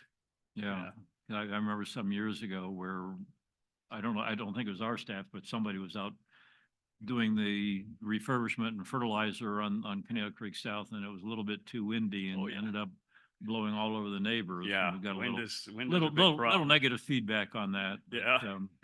But I have to compliment you and Well, the thank folks you. that you're working with, because I spent so much of my life on the soccer fields out there Yeah. that the way the turf looks now, it's so different from 15 or 20 years ago. It's night and day. So Yeah, good. thanks to you and everybody who's been working on that. Yeah, thank you very much.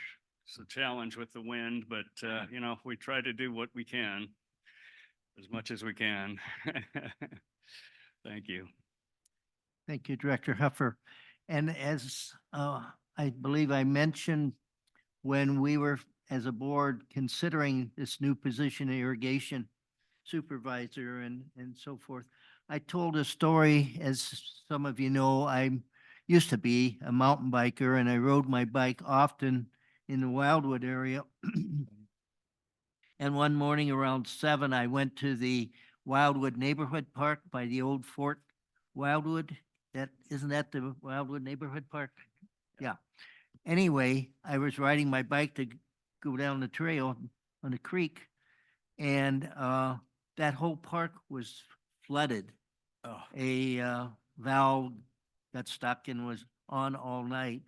Yeah. And there was one jogger who was pointing it out, and I see it, So I reported it, I think it was to Tom at the time, and mentioned what I saw. I didn't have my cell phone, but anyway, I got to a phone, called Tom and reported the issue. And those issues will not happen again based on the technology, your efforts and the different valves and Yeah. the sensors, et cetera. Yeah. So we have come a long ways. Yes, we have. And I think as we understand CRPD, according to our water purveyors, et cetera, CRPD is kind of like the poster child. In fact, I was at a VCSDA meeting not too long ago where someone came up to me and mentioned that they were very pleased with how quickly we attack the issue with the drought and water saving. So Yeah, thanks to you and Yeah. your crew and everything. We really appreciate it. yeah, So thank you. It's been a challenge, but it's been a pleasure as well. Thank you. Yeah, well, I know when I used to, I'm not able to right now, but get down on the ground and look at my sprinklers and my controllers and so forth. You know, that's a hard job. Yeah, yeah, we And, try to, so we so try I'm- to scrutinize everything down to the nozzle size. So, Yeah, so- sometimes it takes time, but it's worth the effort. And, yeah, I think that the results are showing, and I think we're steering in the right direction with this. I was also studying water management, but now I understand they're not offering a certification in that any longer. But I mean, that's kind of the direction that I think we need to go. Water management, Mhm. a little more specific. Me and Andrew try to keep up on it, but it's, it's a lot of work. One of the charts you showed. Yes. And you mentioned your things kind of got out of hand there for a couple months or so. What Yeah. was the cause of those blips, those increased usage?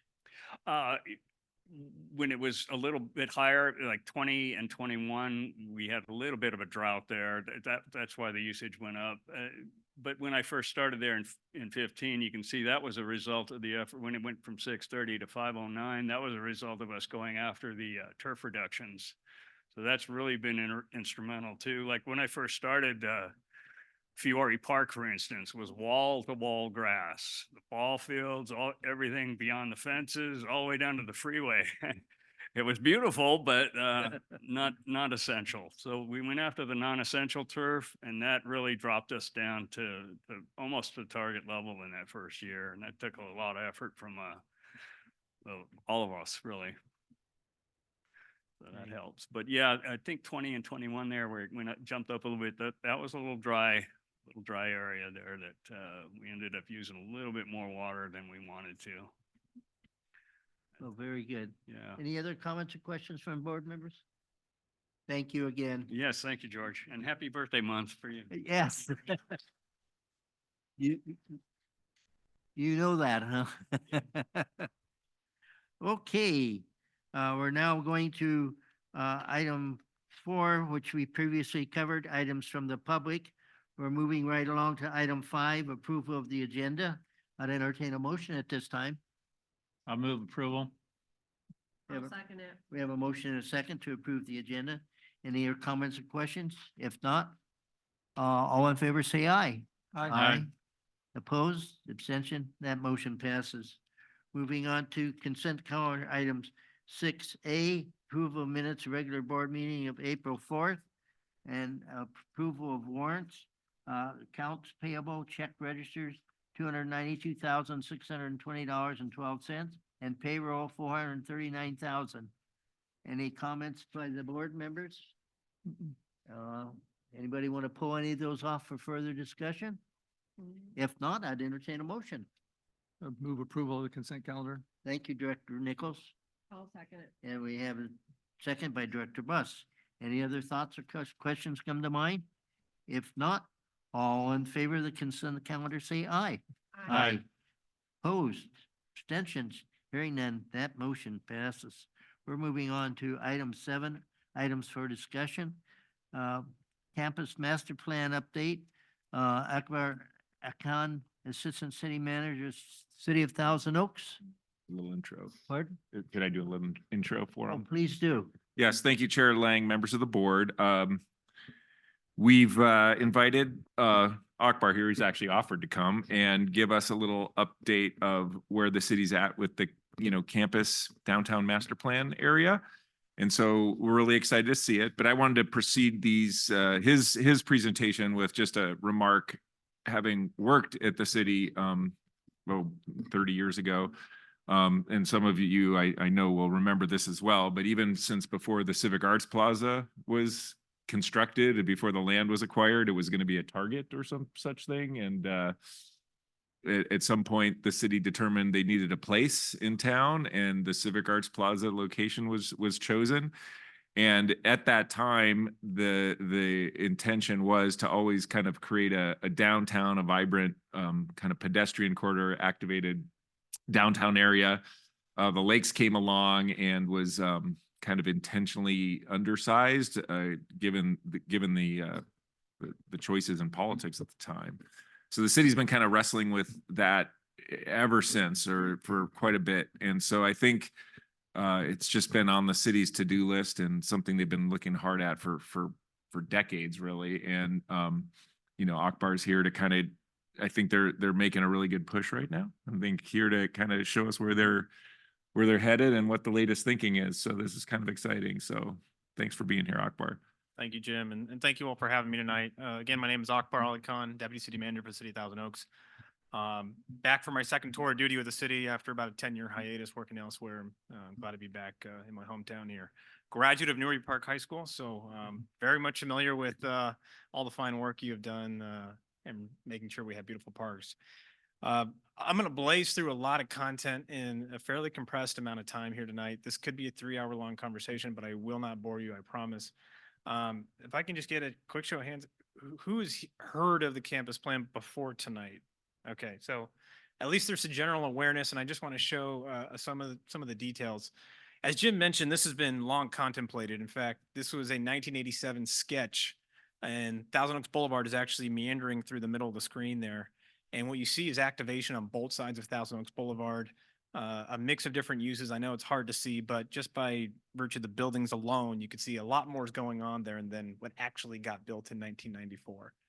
What we eventually got looked nothing like this, of course. However, there have been efforts to try and create that downtown that Jim was alluding to a minute ago. Most notably in 2011 with the creation and adoption of the Thousand Oaks Boulevard specific plan. And you see some of the language in there, creation of a viable, self-sustainable, pedestrian safe and friendly downtown core for our community. 7 years later, well, excuse me, before I get to that, you see some of these images and these visuals from the 2011 plan, and up above is what the current condition was, and down below was what the vision was. It was to create these more pedestrian-oriented sidewalk frontage on the boulevard. Of course, none of that materialized in the 15 years since this was adopted. What's still there today is what you see up on the top row there. Fast forward 7 years, the city council adopted something called the Downtown Core Master Plan in 2018. This was, to be clear, not a policy document. It was really a vision document about what they wanted out of the downtown. And out of that came several goals. And for example, be that place to go in the city, which we really don't have. We have a series of shopping centers, which are in some cases very successful, but we really do not have a community place. And that was the desire, and really that was the intention all along when the CAP was originally constructed. To have diverse shopping and entertainment, nightlife choices, variety of uses, active pedestrian-oriented uses on the ground floor, and this idea that when you come here, if you're arriving by car, that you're parking once and you're on foot the rest of the time you're visiting. In fact, Director Lang, we spoke with a bunch of youngsters at the Youth Summit just last month, and if I were to add another bullet to this list, I would steal from them, and they said, I want a place where I can spend time without spending money. And you all specialize in that exact thing, but in terms of another third place, this is something that I would add to that list as well. That was an engaging conversation, by the way, and I'm glad to have shared that afternoon with you. So we took this concept and we chopped it all over town. In fact, there was a VR headset experience that was created. We went to your trailheads. We went to farmers markets, and working with the big AECOM engineering firm, we developed this concept back in 2019. And the red outline you see on the screen there, you might recognize it. That's the current outline of City Hall. But then you saw these uses spreading out to the west side parcel, which is currently dirt. And then this creation of a town square there nestled up against Thousand Oaks Boulevard in what would be the northeast corner of your screen. Then came the pandemic. It was a blessing in a weird way because it gave us an opportunity to step back from that original 2019 design and then incorporate some lessons that we learned over that 2-year span as we attended to the pandemic. So the first one being is the demand for commercial uses had waned dramatically. What was already a housing crisis became even more of an intensified housing crisis. And then we saw mixed use development either get entitled, like you saw at the old Kmart site, and also the new Caruso project behind the lakes, and then also get built, as you saw on 1710 Thousand Oaks Boulevard. So the downtown context started to change, and it gave us an opportunity to go back and take another look at this and say, can this be different? And that's when we hired RRM, which I know the district has worked with in the past, and they've produced good projects for you all. And just like you, they've produced some good projects for us. We wanted to take some of the core elements from this 2019 plan and incorporate them into the current plan. And so there was three things. One was make use of that west side parcel that's currently a dirt lot behind the auto repair shops there on Thousand Oaks Boulevard. Second was we liked the road configuration. They did a good job of creating this Main Street concept inset from Thousand Oaks Boulevard. So that way you could maintain your path of travel on TOB while still creating this pedestrian oriented street near the building. And then we also like this idea of this grand staircase, which really connected the third floor of the Cavally down to that Main Street and then to Thousand Oaks Boulevard. Right now, there is no real vertical integration when you're on the third floor of the Cavally to get to those lower floors. So then we hired RM and they came up with this design. And you'll notice the orientation looks very similar, but it is an improvement in a lot of the details and the uses, which I'll get into those in just a minute.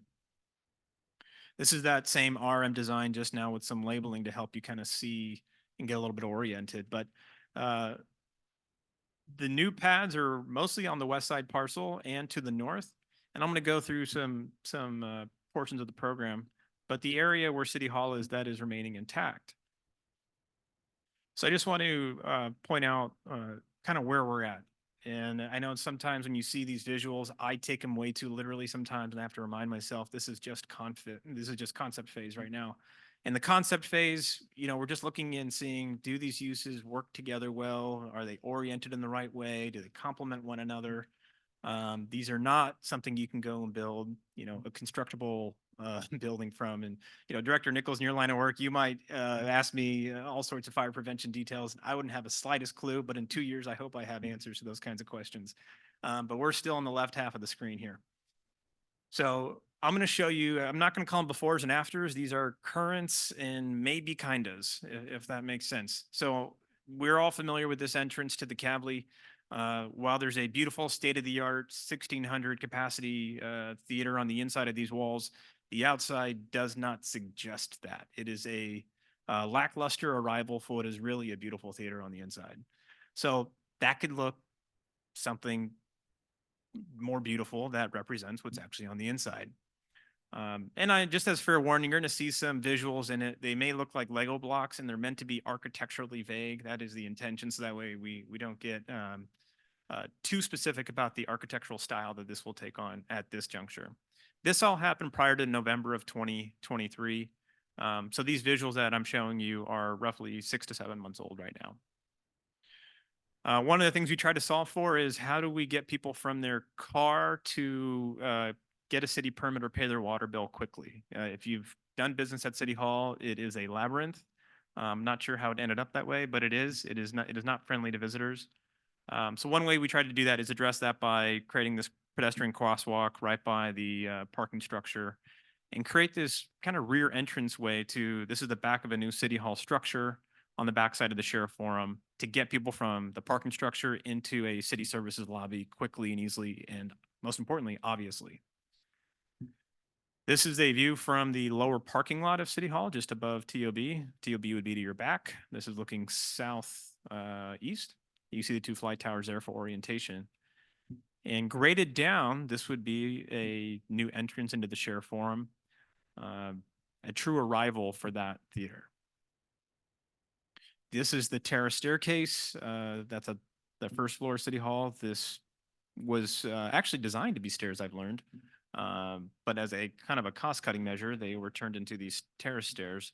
Unfortunately, what's really missing from the current program is the fact that these aren't stairs. You can't really travel vertically from the third floor down to the second, down to the first, without using what I would call these fire escape-like type stairwells.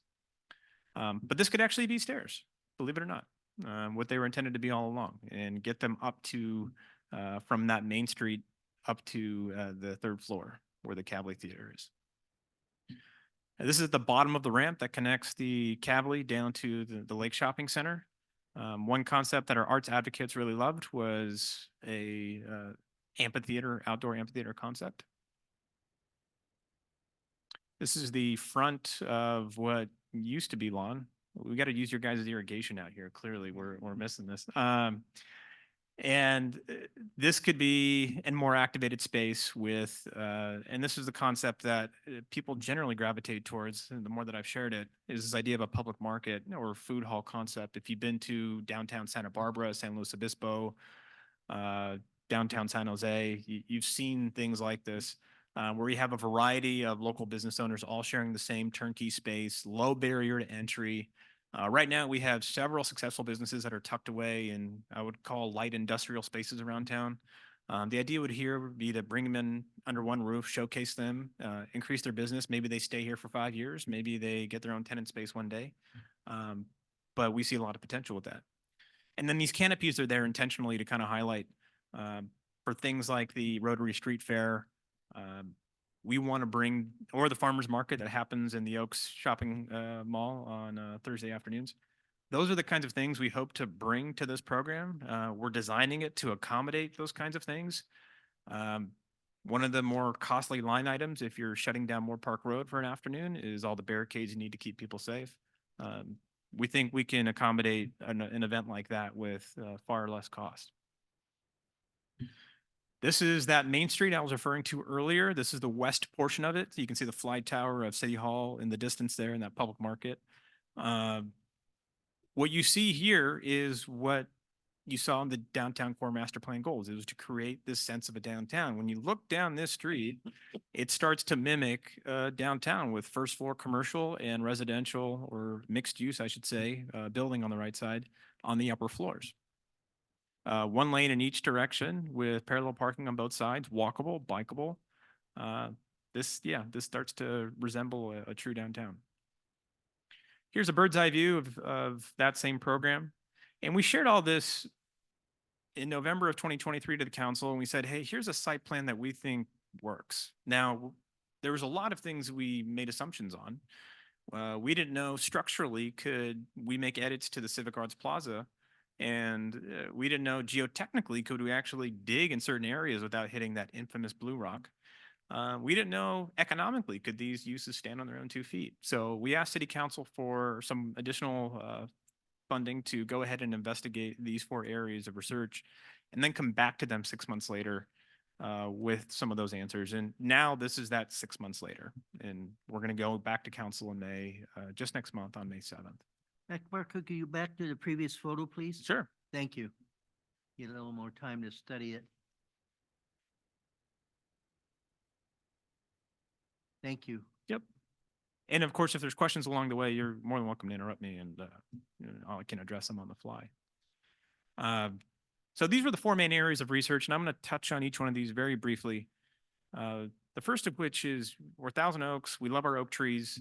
Our designers have done an incredible job of designing around the mature oaks. And I'm going to just show 3 bullet points that kind of highlight this at a very high level. There's 85 total oaks on the site, 34 of which were planted in 1994. And the second bullet point is the most important. Of the 85 oaks, 51 of them are those really majestic, big trunked oaks that we love and protect. 47 of those are preserved and being incorporated as part of this program.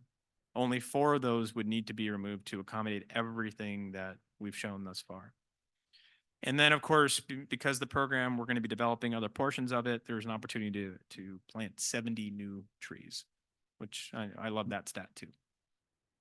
I got to give credit to the RM team because their landscape designer really took painstaking efforts to, we even changed the orientation of buildings and streets to dodge trees. So our hope is that they survive and thrive for many, many years.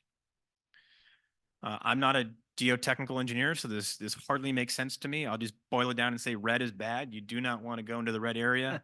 But this would be if you're standing at the Lassen supermarket and you're looking west towards Rancho Road, This is what you'd see the side of the parking structure. If you ever wondered why when you go into City Hall and you drive up Dallas Drive and you drive uphill towards the parking structure, it's because they couldn't lower the parking structure any lower or else they'll run into that red area. And that red area is that blue rock I was referring to. It's incredibly dense, it's hard to excavate, and it's really expensive to excavate. That's why that parking structure is perched up on the hill. Luckily, whether it be by good planning or good fortune, we dodged that blue rock in every critical area that we needed to dodge it to make the program work. Structurally, we did the analysis on the edits that we need to make to the existing City Hall, which is, it was constructed in 1994. And if you all remember what happened in January of 1994, we had a shaker here in Northridge.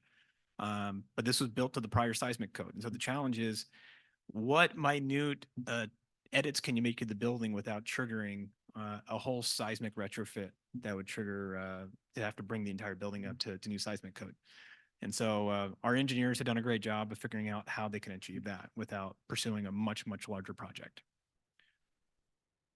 Then came the economics. When we looked at a few other cities that have recently redeveloped their downtowns or created downtowns, Redwood City up in Northern California, Westminster, Colorado, Gilbert, Arizona. And what you see is their downtown acreage is significantly larger than the Civic Arts Plaza site. The Civic Arts Plaza is about 20 acres. These other downtowns are quite a bit bigger. The takeaway from this was you're not going to create a downtown with just the Civic Arts Plaza. Could you repeat that? The takeaway is you wouldn't be able to create a downtown with just the Civic Arts Plaza. Oh, It would have to be a catalyst to grow a downtown from. It could be the nucleus of a downtown, but it certainly cannot be the downtown in and of itself. right.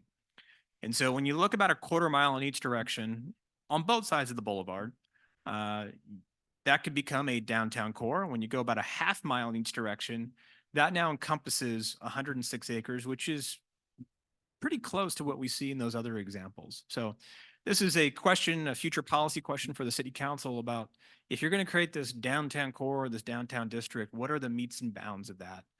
And could the Civic Arts Plaza be that catalyst project? Then we started talking about, well, how do we physically do this? And obviously we're not going to do this in one big chunk. You would go about creating a new access way to the existing parking structure, a retaining wall, grading and utilities, building in that new Main Street, at least the first leg of it, and then extending it in a future phase, and then building out the town plaza in what we're calling phase 1C. Phase 2 would incorporate all what we're calling the private pads. These would be not buildings that are constructed by the city, but ones that we would partner with a private developer on, including the public market concept. And then phase 3 would be the adaptive reuse of City Hall to take on other uses. And really it's that ground floor of City Hall, which currently houses our community development and public works departments, that we would want to repurpose for retail uses. Because it is on the ground floor and one that would be accessible to pedestrians. The upper floors could take on office uses or other civic uses like a library satellite location, something like that. So here are just some updated visuals. Everything I showed you before was pre-November. This is now a little bit more current. These are still being worked on. So this is a little bit of a, I'll say, sneak preview. But these will look a little bit different by the time we get to the city council in May. But this is kind of where the direction that this is heading. This is a little moniker our landscape architect came up with, DTTO. I think it's kind of cute. Maybe we can do better, but it's a start. We'll see where this evolves. And there you see the bird's eye view. So you saw this same shot just about 10 minutes ago. Now this has been refined a little bit more. And just like we talked about before, it's pedestrian oriented. It's meant to be that civic space where anyone can call it their own. And that hopefully we can attract people all times of day. This is looking down Main Street with what's currently the first floor of City Hall on the left half of the screen. Here is that amphitheater concept I showed you earlier, but now again, just a little bit more refined and baked. So in terms of project timeline, again, this is assuming everything went according to plan. When we go back in front of City Council here in a few weeks, we're kind of at this critical juncture. City Council asked us to go and investigate all the unknowns. We're going to come back and show them all the information, and we're going to essentially be asking, are we going to pursue this project or not? So that is all I have for you tonight. I promised I'd keep it short as I could. I hope I kept that promise, and I'm happy to take any questions y'all have. You did, and great information, and I lost track of time. I was just so enthralled in all the concepts and the designs, et cetera. So thank you very much. Appreciate that. Board members, any comments or questions? Director Huffer? Okay, All right. Director Nichols. Thank you for the visuals. It's always nice to have that. And I realize they're conceptual, which I understand that too. What I did notice, they does seem to be very dense. There's a lot of materials, a lot of buildings, a lot of activity squeezed in a very tight area. What will be the demands for traffic? I know you don't have the details, but what's the anticipation of the traffic that's generated and also parking? Has all that been accommodated, at least conceptually, that will not dramatically change that core part of the city? Yeah, those are great observations. In fact, a pretty common observation at that. So with regards to parking, that mixed use building that I showed you a few slides back, the first 3 floors are actually one's underground and then one's at grade and one's on the second floor. First 3 floors are all parking behind the commercial store frontages. And so those 3 levels produce about 276 parking spaces, enough to accommodate the mixed use building itself, as well as some additional commercial parking.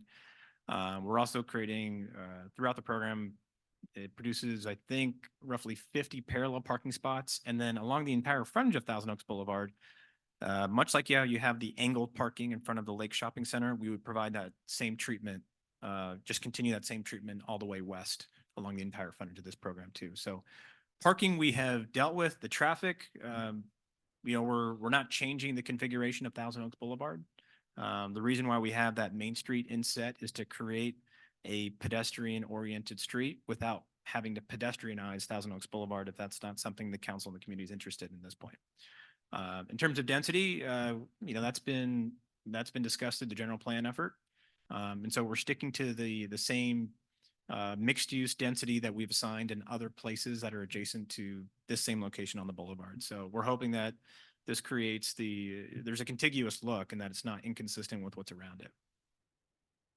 Okay, and then another question, a little different topic, however.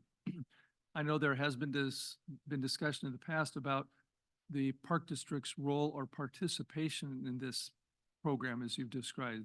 Is that still a concept that's being proposed or considered as far as you know? Oh, absolutely. And your general manager and I have frequent conversations about what that might mean for the Park District. And ultimately, this will be a policy and a business decision for the Park District to make when the time comes. But we are certainly leaving the door wide open for that as a possibility. And I think the program would be improved with the Park District as part of it. But of course, that'll be a decision for you and your colleagues when the time comes. Because I know part of the concern I had with that effort is we've got a great facility up here. Thank you, by the way. But it includes a very active community, well, what I say, the arts program. And, so it's not so much just offices, it's like, where does that whole contingent fit into that? And I didn't know if that was part of the discussion as well as, would there be space of opportunities to continue to make sure we don't lose that program? Yeah, and I think those are details that Jim and I are still working with to see if that marriage works on that site, or do those uses, could they do really well in this campus configuration, or would we need to figure out how to program those at other CRPD sites, and what the need is for the Park District. So I know Jim and I will have continued conversations around whether that's a viable option for the Park District. Yeah, it all looks good.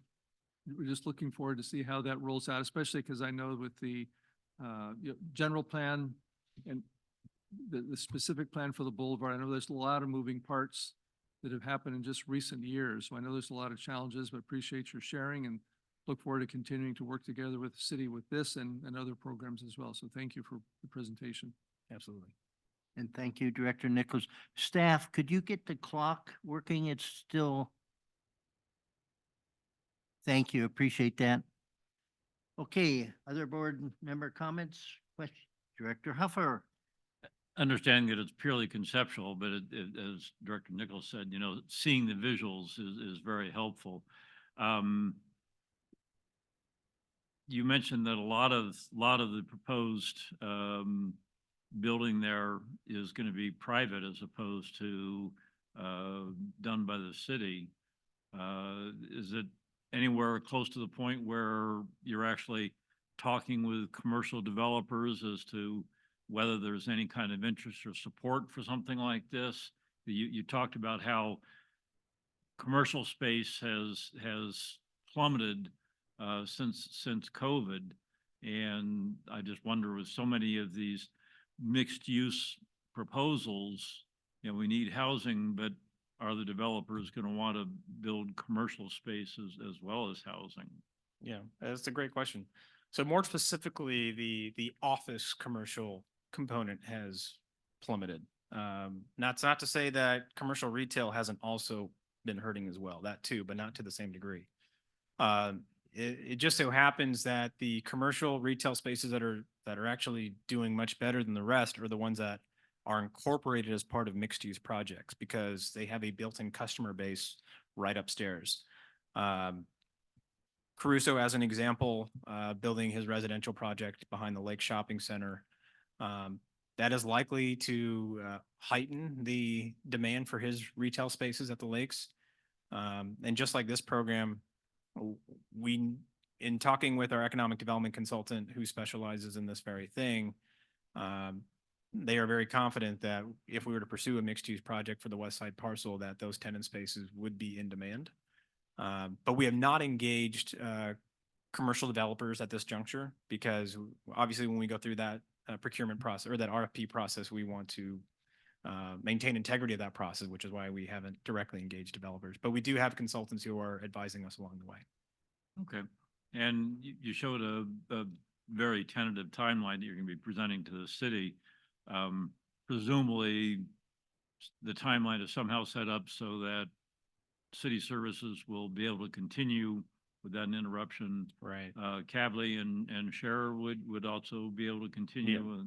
Yeah, great question. No disruption to the theater operation. And then the intention behind the phasing that I showed very quickly was that new city hall would get constructed before we vacate the current building. So that way we can maintain operations, do the switchover, and then start to remodel that first floor of the existing city hall for the adaptive reuse project.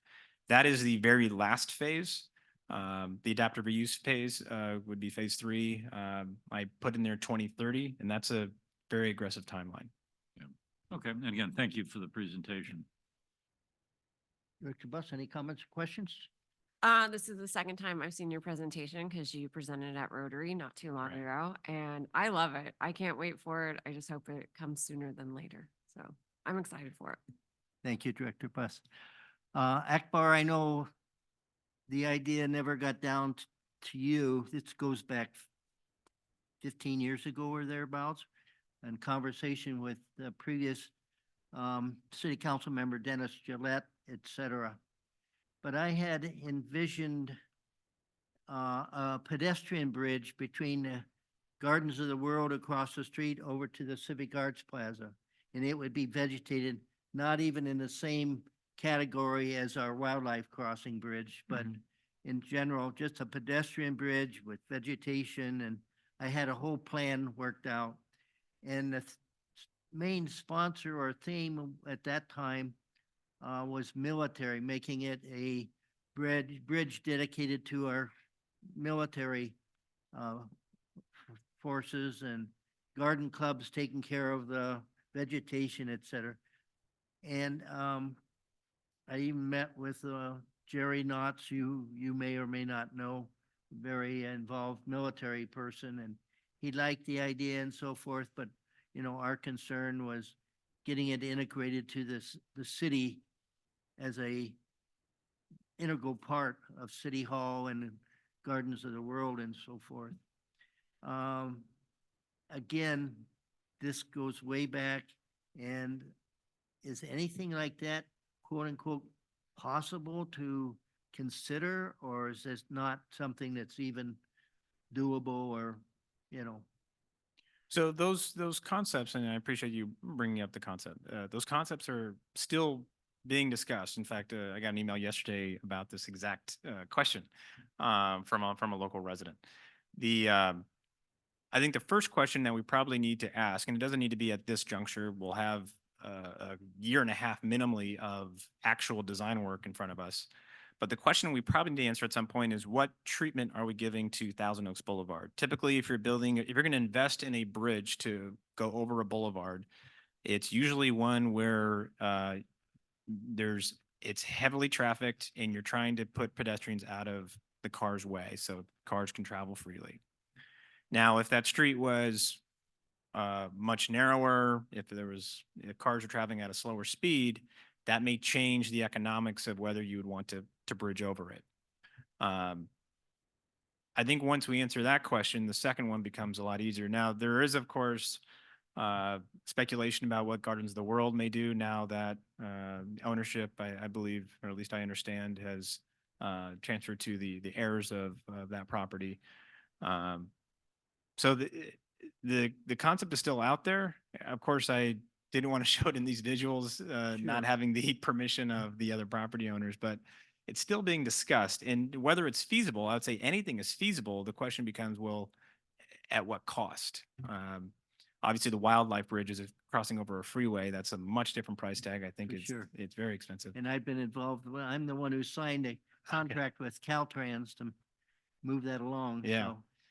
So different type of requirements. for Yes, sure. absolutely. So I would say the question is still being discussed, and by no means is it off the table, if that's what you're asking. Again, thank you so much. Any other comments or questions come to mind? Thank you, Jim, for arranging this, and we appreciate it, Ekbar, and keep up your good work. We appreciate it. Thank you all for having me. Yeah. All right, we're moving on to deferred matters. At this time, I'm going to open a public hearing for our preliminary budget fiscal year 2024-25. And Melissa, I'm sorry. Yes, thank you.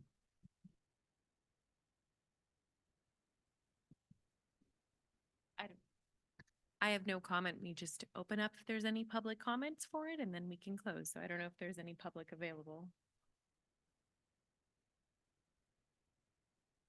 That's my mom. That's hilarious. Oh my gosh, it's so funny. Shout out to Mom. That's so funny. Okay, I so mean, there could be another chair in this area. It's fine. no public for comments? Any board thoughts at this time? Okay, with that, I'm going to close the public hearing. We're moving on to item 9, new items, 9A, classification compensation study. 1, approve and adopt the recommended job descriptions. 2, receive and file the salary survey results reported as prepared by Reward Strategy Group, RSG. 3, approve side letter agreement to the memorandum of understanding with CRPD, Service Employees International Union, Local 721, adjusting employee compensation as outlined herein. And item 4, approve and adopt the recommended grade structure to be effective on April 20th, 2024. All right. So I gave you all quite the packet. And I'm going to just shout out for the folks that we have available to answer your questions. So we have Alan Criselius from our Reward Strategy Group. He's on Zoom. We also have Adriana Guzman. And then we have Shelly Howell, our amazing HR supervisor, here to answer any questions.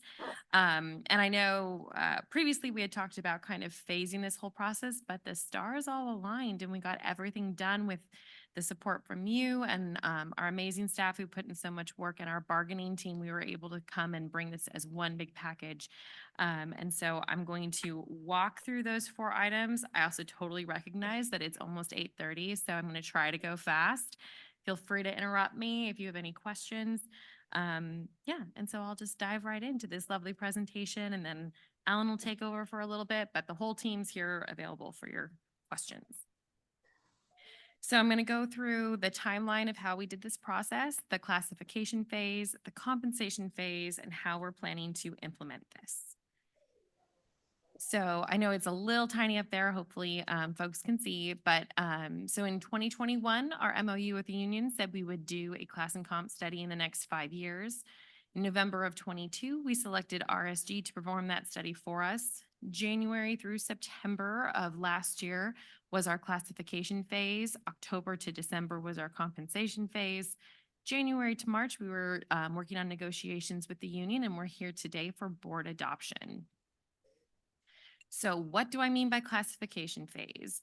These are some new titles, new job descriptions, and then the next steps for that process.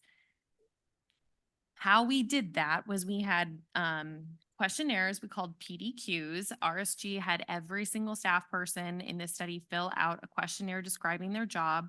They also hosted interviews with all of our staff to learn more about how they go about their day and what their responsibilities are. RSG recommended a titling protocol for us and drafted new job descriptions. We then reviewed those with staff and the union, and we're here with those new revised job descriptions for you to approve. The titling protocol that was recommended, and I know we went over this before, it's general manager, director, manager, superintendent, supervisor, analysts and professionals, coordinators, technicians, senior lead, assistant and specialist. I can say that fast because I've done it many times now. These are based on what is common in the market and in the positions that they found that are comparable to the ones in the district. What that means for our various positions is we have some assistants going to technicians, supervisors to managers, administrators to directors, and then analysts to management analysts, and our grounds worker to groundskeeper. In addition to making sure our job descriptions were accurate and reflected the actual responsibilities of our staff, RSG also helped us make sure that they were consistent structure-wise. So the structure and section headings were in the same order. You use the same language for different types of requirements across the district, and so all the district job descriptions will look the same. Additionally, they looked at the requirements, specifically when there was a series of job descriptions to encourage career growth within the district. So there'll be an escalating requirement and responsibility as you progress through a series of job descriptions. Finally, we provided those job descriptions back to all the staff and received feedback. We got 22 notes from staff. We responded to every single one. Some of them we incorporated changes, some wordsmithing happened, and we worked with staff and with the union to finalize those. And so we're happy to bring those final versions to you. We didn't include redline versions in the board materials because of all those structured and requirement changes. The whole document was red. So that's why you got clean copy. And I'll kind of pause there if you have any questions on the job descriptions and that classification phase. Board Member, Director Nichols. I do have a few questions about the job descriptions. Sure. The titles, and I saw your little example up there, but I did have a couple of questions. So for example, this is on our page 38 of the packet, 1 of 2 of the classification changes. Under the district-wide administrative support section, I see you have, I say you, not you personally, but you as the presenter. Administrative assistant going to assistant 2, administrative clerk going to assistant 1, and that then right below it, management services accounting, the 3, 2, and 1 have all been omitted, and you're going to technician and technician. And it just seems kind of, I'm just kind of wondering, why are you adding the 1 and 2 in some categories and omitting the 1, 2, and 3 in others? Because to me, it's going back to that consistency and structure. It's like either you have them or you don't. So Just wondering what the logic was behind that. So I'm happy to answer that. So the administrative assistant 1 and 2 and the 1 and 2 use is typically to represent a career path. So you would be an administrative assistant 1 and then an administrative assistant 2. When there's the technicians, that's a different scenario because that senior tech provides the lead or that senior level responsibility and guidance to the technician under them. So it's to indicate the relationship and not just the career path.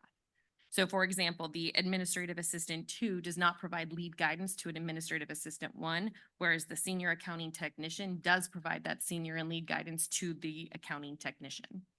Okay, so that leads to my next question is then why do they not, so that that requires a 2 and a 1 and a 2 as opposed to having a technician? Why don't they restructure so that they do provide that lead? So the responsibilities are usually in completely different units. So for example, our administrative assistant 1, I think we've got 1 at a work center, whereas our administrative assistant 2s are typically like Jody for a division. So they're not working together. They're not even at the same site. Okay, I mean, I can understand why not, but again, it just confuses me, like like I said, you're adding him in one, but deleting him somewhere else.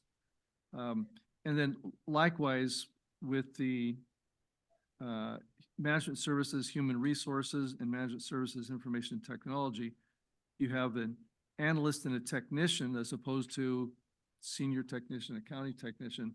Again, I was wondering the same thing with those scenarios. I just was thinking, you know, it's a 2 and a 1, a 2 and a 1, a 2 and a 1, and yet you're changing all of them into different types of categories. I'm just curious as to what prompts that. Yeah, it's typically the relationship if there's a supervisorial or lead responsibility, that's when that senior or lead category comes in. If it's a career path opportunity, that's where the 1, 2, 3 happens. But human resources analyst doesn't necessarily have to be a technician first and then to become it. And same with the IT tech. Those are different versus analyst. It's a different type of structure. That's supposed to be more that professional level in between that technician and the supervisor, the manager. Okay. All right, and I know there's. I'm glad you're asking because I asked all these questions. I'm sure Alan is laughing right now. Well, again, I just know, you know, you have the inner workings of the organization much more than I do. So I'm just trying to pull that out as best I can. And then a similar situation over on page 39, looking at the Parks and Planning Facilities Maintenance Supervisor with no change. And then Recreation Management and Supervisory down below, Recreation Services Manager, changing to Recreation and Community Services Manager. Again, I'm wondering why, since that says Management Supervisory, why that level is called a manager, but then up in Parks and Planning, it's called a supervisor. And I'm saying the lead position, in other words, it's the top position in that group. So they're not considered the same level on our hierarchical structure. That's why. So the equivalent to a recreation and community services manager in the structure is equivalent to the park superintendent or the MAC position, whereas the facilities maintenance supervisor is just below. And the park superintendent is a title that's very, you know, appropriate and used often in the industry. And that's why it's not called a manager, because it reflects an industry specific title. Thank you, Ellen. Did that make sense? You don't want me to repeat that? I was trying to find out where that's located, where that position is identified. So it would be in the Parks Planning Administration, that park superintendent is the equivalent to the Recreation and Communication Services Manager. Okay. So that's an industry term of art, so to speak. The superintendent, yes. Yes, okay. Okay, all right, that's fine. And then under the same category, we have the Conejo Senior Volunteer Program Director. And I've noticed that's the only position, other than at the executive management that's called a director. So I'm wondering, why is that position called a director? So that was when we actually had a lot of talk about and Rochelle can speak more to this on the nonprofit side, but as you know, Julie works a lot with nonprofits and the director title is the common term used for that type of position. And so that was one of the recommendations, was to maintain that. Otherwise it gets kind of confusing for Julie. And she's been a director for, what's she at now, 10 years, did we just say? So that's been her title, and it's the most common one that's used with work for nonprofits. You can chime And in. then just to clarify, she in her title is a program director. Yes. She's a director of that specific program, which is almost like a nonprofit volunteer program. Mm. So that's kind of the history of that. Okay. The specific program that she's the director of. So when she's out talking to other nonprofits and stuff, they're executive directors, program directors. Mhm. They understand what she's doing. Okay. All right. Like I said, I was just trying to look behind the curtain a little bit because I didn't quite Why? see all those details. I appreciate that, because I knew there had to be some logic there. I just didn't know what it was. So thank you. All right. Anything else on job descriptions or the classification phase? Doug, any further questions? I have more questions, but I don't know that it's that on that category. So please Okay. continue. And if I need to catch up, I will. All right. Well, next we're going to dive into the compensation phase. Again, I'll go through a brief timeline. And I'll have Alan provide you some highlights on the survey report. I'll walk through the grade structure recommendations and our implementation plan. So the compensation phase, we identified comp agencies. Alan and his team provided some survey results. We then reopened negotiations for salary only. Alan and his team helped us create a new grade structure with our step 5 based on the median of the survey at plus 3%. And then our implementation phase is going to be assigning new steps to those staff and having that 4% COLA as regularly scheduled applied on top of that. And I know that was really fast, but we're going to go through it all in detail. So I'm going to hand it over to Alan to give you the highlights on the compensation survey results. And Alan, feel free to tell me when you want me to move to the next slide. Next slide, please. After doing what was a fairly exhaustive classification portion of the study, as Melissa did a good job of summarizing, we turned to the salary and benefits survey for the district. The 13 organizations that you see on this slide are representative. We all agreed were representative of the employment market in which CRPD competes for talent. We gathered all the material and information that we needed to be able to, from these organizations, that we needed to be able to determine where comparable classifications existed.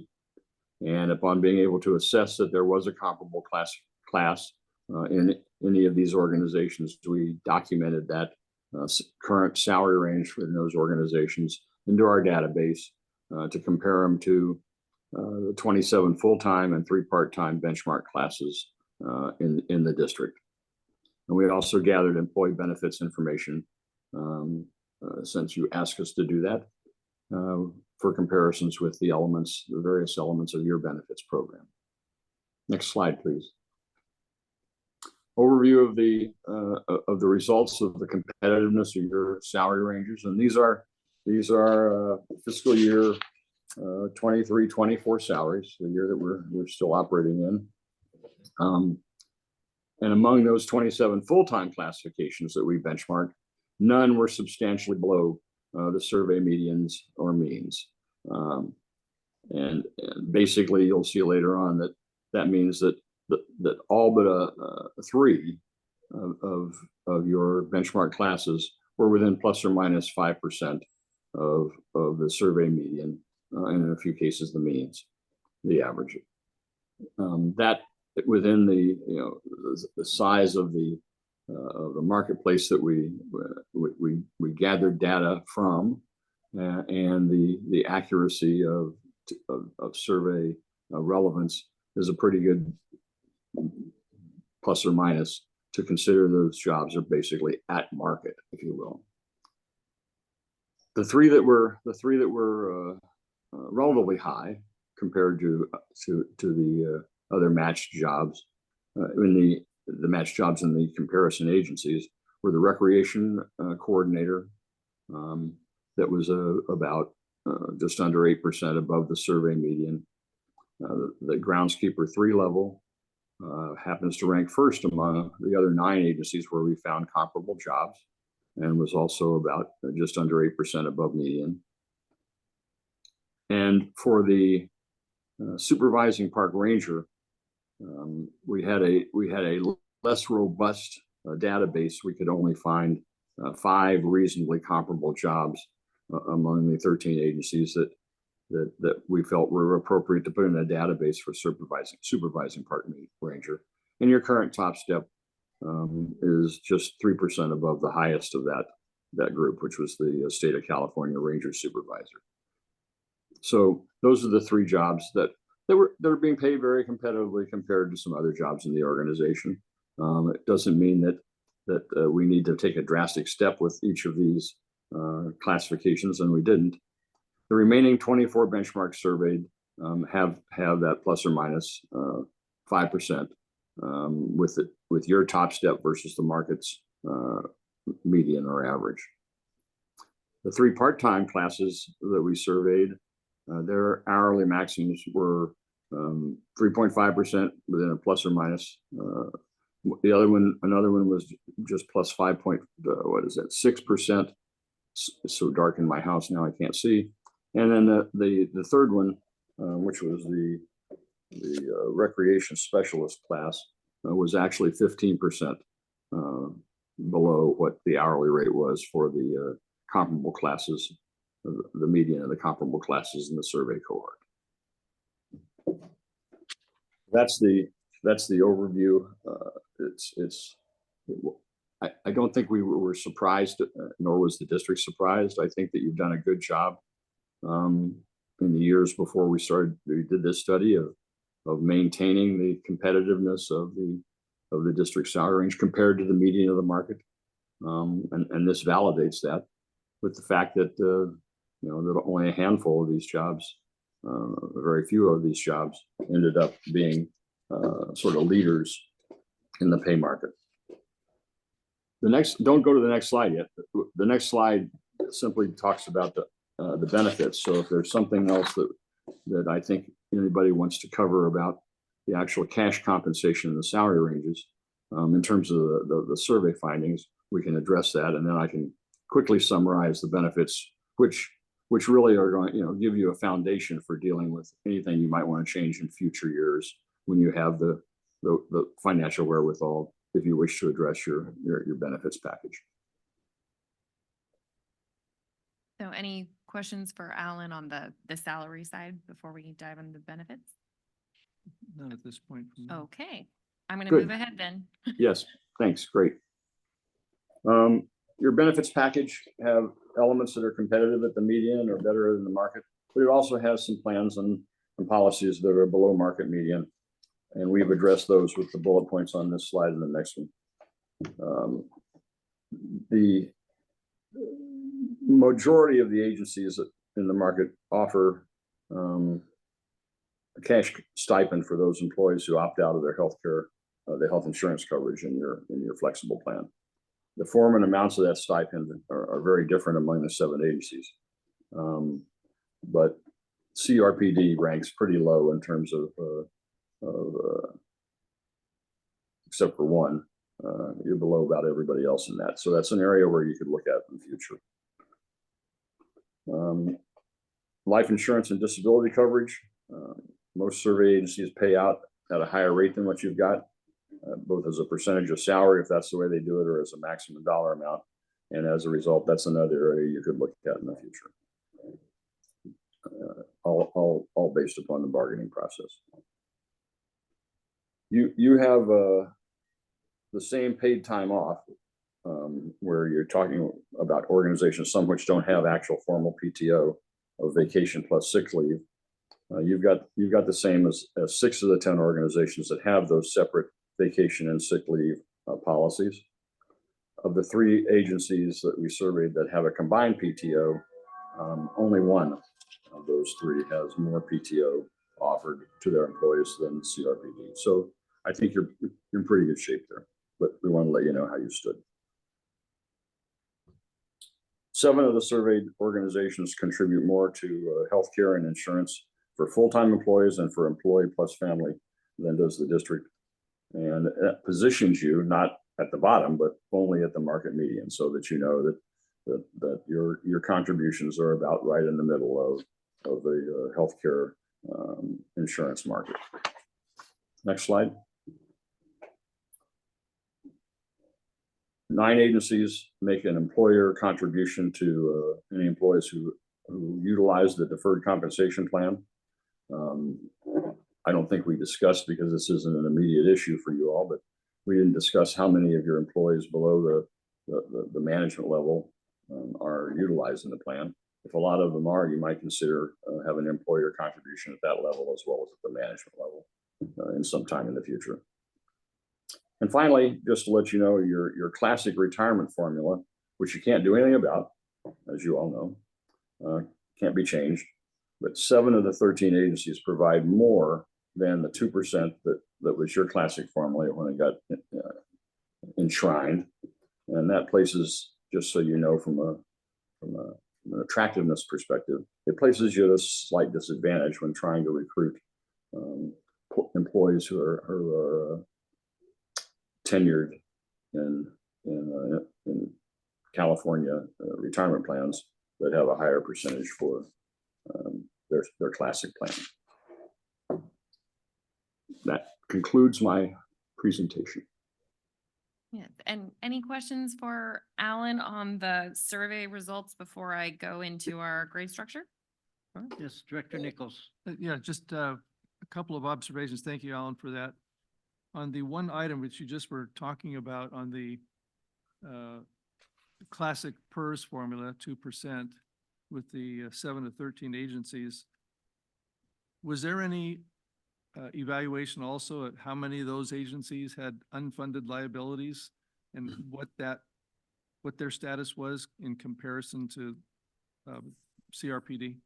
It's an interesting point to look at, but it wasn't in the mandate of what we were gathering. So I'm sorry to say I can't tell you. Okay. It's an interesting point. And then just a question, I don't know if you can answer this or not, but when you're talking about employer contribution to employees for deferred comp plan, I know often that's an item discussed during negotiations. And is it typical where, given the option of it's an increase in salary or contributions to deferred comp, that typically it goes towards salary? Yes, from my consulting perspective, the majority of the employees that are at the middle of the organization and down are using most of the money that they make and can't and don't find it attractive to be able to tax defer even a small amount of that, and the amount that they feel they could do in terms of tax deference using a deferred comp plan isn't so significant. By the time you get up in the organization, it becomes more attractive, which is why a lot of organizations offer it too. This is a non-qualified plan that allows you to offer it to portions of the organization. It's offered to everybody in the organization at CRPD, but the employer matching of a small percentage of what they're making in terms of deferred comp, and there are limitations on what the IRS obviously will let you do. But what you've got is not an unusual plan. We just wanted you to know that there are 9 agencies that do match up to a relatively small amount of an employee's contribution all the way through the organization. Okay, thank you. And then I did have one question, and I'm not sure who to address this to, but on page 49, this is regarding the health, dental, and vision insurance. It says City of Westlake. Is that Westlake Village? Because I didn't see, it's not part of our cities, and I saw that thrown in there. I didn't know if that was meant there for a particular reason? I can't answer that. I don't know. It's just maybe some additional information that's good to see. Okay. All right. Thank you. Thank you, Mr. Chair. Any other comments or questions by board members? Yes. Director I guess Helfer. we're not really looking at benefits. I mean, this is just information at this point. Changes in benefits is somewhere down the line, correct? Correct. So we're not proposing any changes on the benefit side here, but we are asking that you receive and file this report that includes the benefit information. So we wanted to go over the highlights. Okay, could just a couple of follow-up comments to what Director Nichols was saying in terms of the deferred comp and contributing only to the top levels. And I'm not a compensation specialist. I've never been in a management type role, but it seems to me that a lot of times the rule of thumb for employees was if your employer is contributing something to your retirement plan, at the very least, you should contribute enough yourself to the plan so that you're taking advantage of whatever the employer is providing. So the fact that many of the comp agencies that we looked at do provide that, again, down the line, that it might be worth looking at. The other comment that Director Nichols made, he asked the question about whether we had looked at for the retirement contributions, the 2% at 55, and wondering if we had looked at the other agencies and what their unfunded liabilities are. That could be an interesting exercise, but I'm not sure that a potential employee is going to care a bit about whether or not we're fully funded or fully unfunded. So it would be an interesting exercise, but I don't think it addresses the question of are we competitive in the employer market. So Your point is well taken on the fact, what we're talking about is a contributory plan versus a pension benefit plan, defined benefit plan with what the employer is doing and making contributions to that, and what you require of your employees, what the plan requires. On a contributory plan, yes, you need to take into account if you're going to have a contributory plan, is there an attraction to using it, and do you get some ROI in terms of the kind of benefit that you're providing to more than just part of the organization. And as I said, we didn't take a look at, because this is not something you're going to do something about immediately. But we did say, take a look at the extent to which employees below those eligible for any matching funds are in fact taking advantage of this, and it'll answer a question quickly about how much enthusiasm there's been about it. And then it's a matter of a reading on, if you did offer it, would there be more enthusiasm? And that's down the road to think about. okay, thank you. Okay. Okay, I will move on to grade structure. Alan helped us adjust our grade structure and then recommended 5% increases between each step and in our 5-step structure. So I'm going to show you kind of what that changes for us. So the first part of that is which positions are grouped together in our grade structure. We're looking at that maximum, I'm going to mess this up, maximum range median number in the survey is where we use the data. Well, and I shouldn't say we, Alan helped us use that information to determine if there were any groupings that were not inappropriate, but out of line with the market. So these are kind of little, but I'll show you the changes that were made. So for example, we had, this is kind of from the lowest step on the custodian at the bottom up to administrative assistant 2. We had some positions that the market data said that they should be bumped up. We also made sure that we didn't lower anyone based on that market data. So we only grouped people up based on that market data. And then also we only had 27 positions in the survey and we have 55 classifications.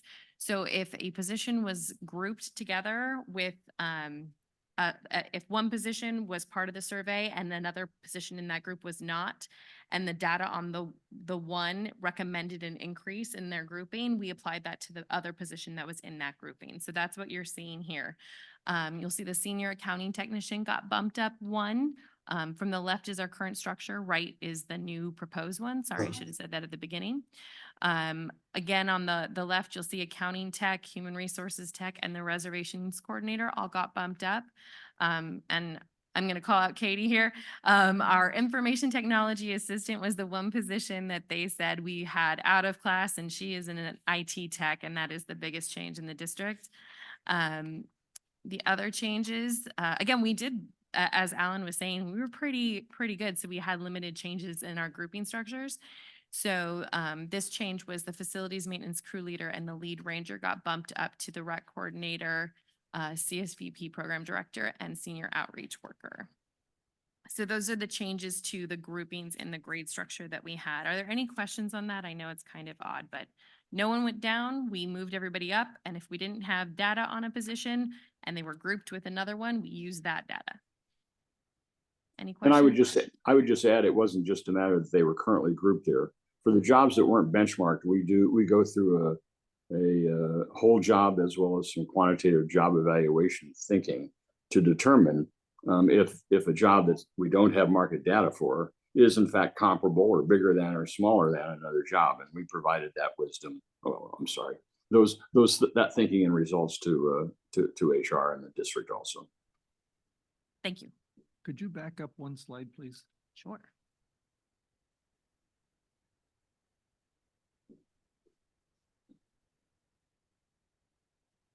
Okay, and go forward again, please.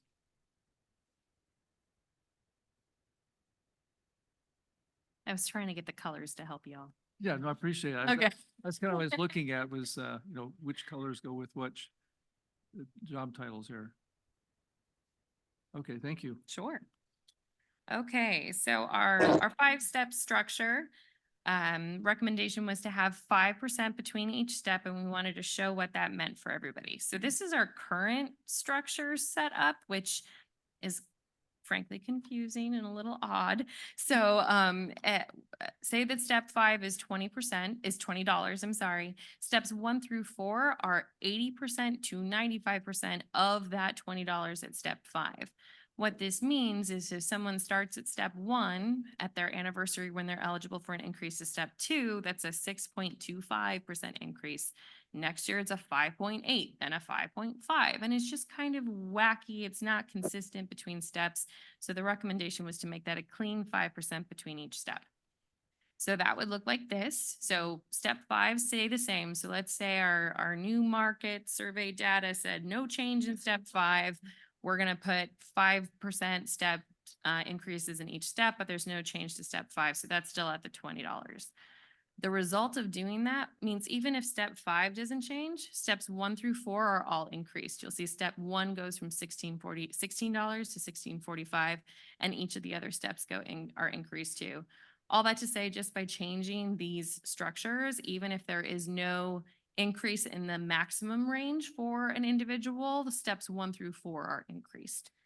And before I move on, any questions on that? I know I'm throwing numbers at you. Okay, good. Does that mean I color coded correctly? Okay. All right, so thanks to you all and our bargaining team and staff, we have proposed the step 5 be based on that maximum range median plus 3%. How that gets implemented is staff will be assigned to a new step in their grade that is closest to their existing pay rate, but not lower.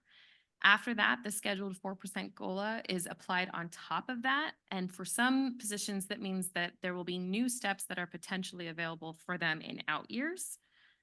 and I will go through what that looks like. So I'm going to show you the new grade structure, how we assign those steps, how we apply those COLAs, and the out years. So this is the salary survey report. I just wanted to reference it so you could see what number we were basing all of this on, was that column there. So that range maximum survey median column is the number if you're curious and want to crunch some numbers. Also in there, I don't expect you to read this slide, but this is the document that is the official new grade structure in your packet that we're asking you to adopt today. Page 92. Thank you. And then I'll walk you through what this means. So each staff will be assigned a new rate in the grade structure that is closest to their existing rate without decreasing. And this is where I'm going to ask you to go to that color-coded page that I gave to you in your packet. And this is also what was provided to staff to help them understand the process. So, This is, are you speaking to page 94? 94? Sure. Thank you. I just want to make. I'm trying to follow other notes. I'm sorry. Yeah. So these are the first two sets on that page. You have 3 sets of steps. So this is just showing you the first 2. So we're going to do an example to walk you through this document. So let's say you are one of my beloved accounting technicians and you are currently at step 4. So you go find your accounting technician line and go over to step 4. The current rate is $30.56, and that cell is highlighted in pink. When we move you to the new grade structure, that means you will go to the pink in that next set of steps to the right.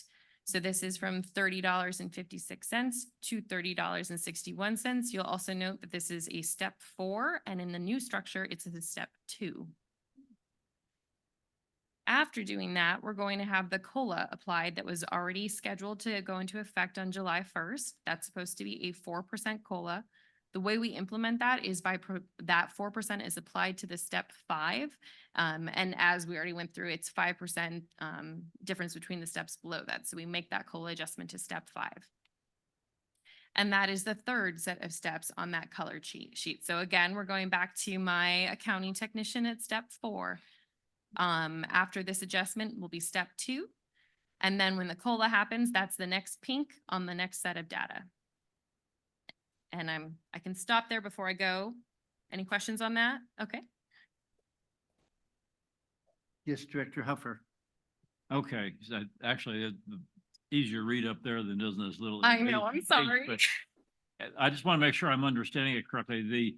In the current steps, the pink box in each of those represents where an employee, for instance, the custodian is currently at 2622. That's why the pink represents where employees are currently in all 20 or whatever number. Yes. So if you are a custodian at step 2 and it's green, then when we implement the change, you're going to be the green cell in the new structure. So you stick with your color. You're kind of assigned a color, and then you can find your color in the new structure. And it varies between position and step, which is why this was. Okay, but I mean, for each job there, some of them are currently in step 3. There's one in step 5. Bunch of them are in step 3, a few are in step 4.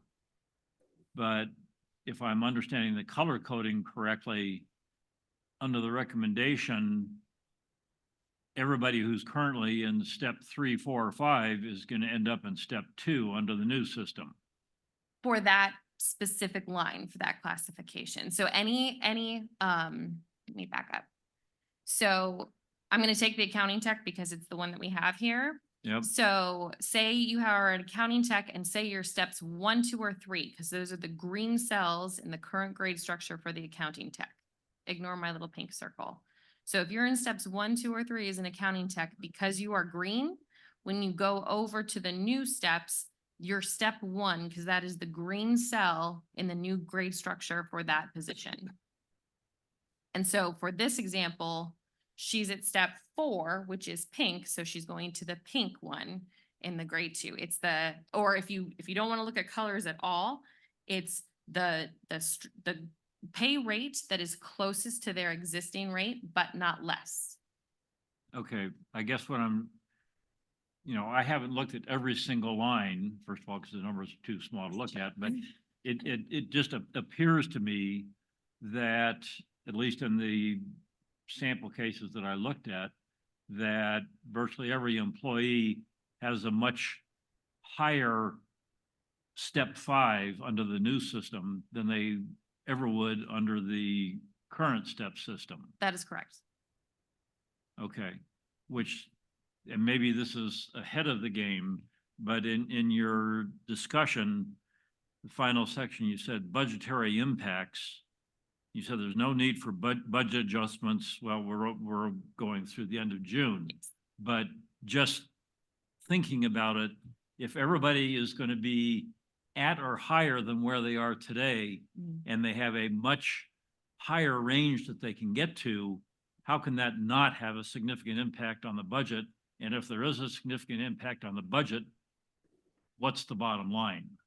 So the bottom line by each fiscal year, so the bottom line for the remainder of this current fiscal year was less than $100,000, which is absorbable by the current budget. And then for next fiscal year, the number I most recently had, but I'm going to be including in the final budget when we come to you, is I think about 400,000. But that will be part of that budget approval for that next fiscal year. You say 400,000 at, yeah. For anybody who is currently at step 5 in gray, if you just look at the first column, if they're already at step 5 in gray, then they're going to be in step 5 in gray. So they're may not be.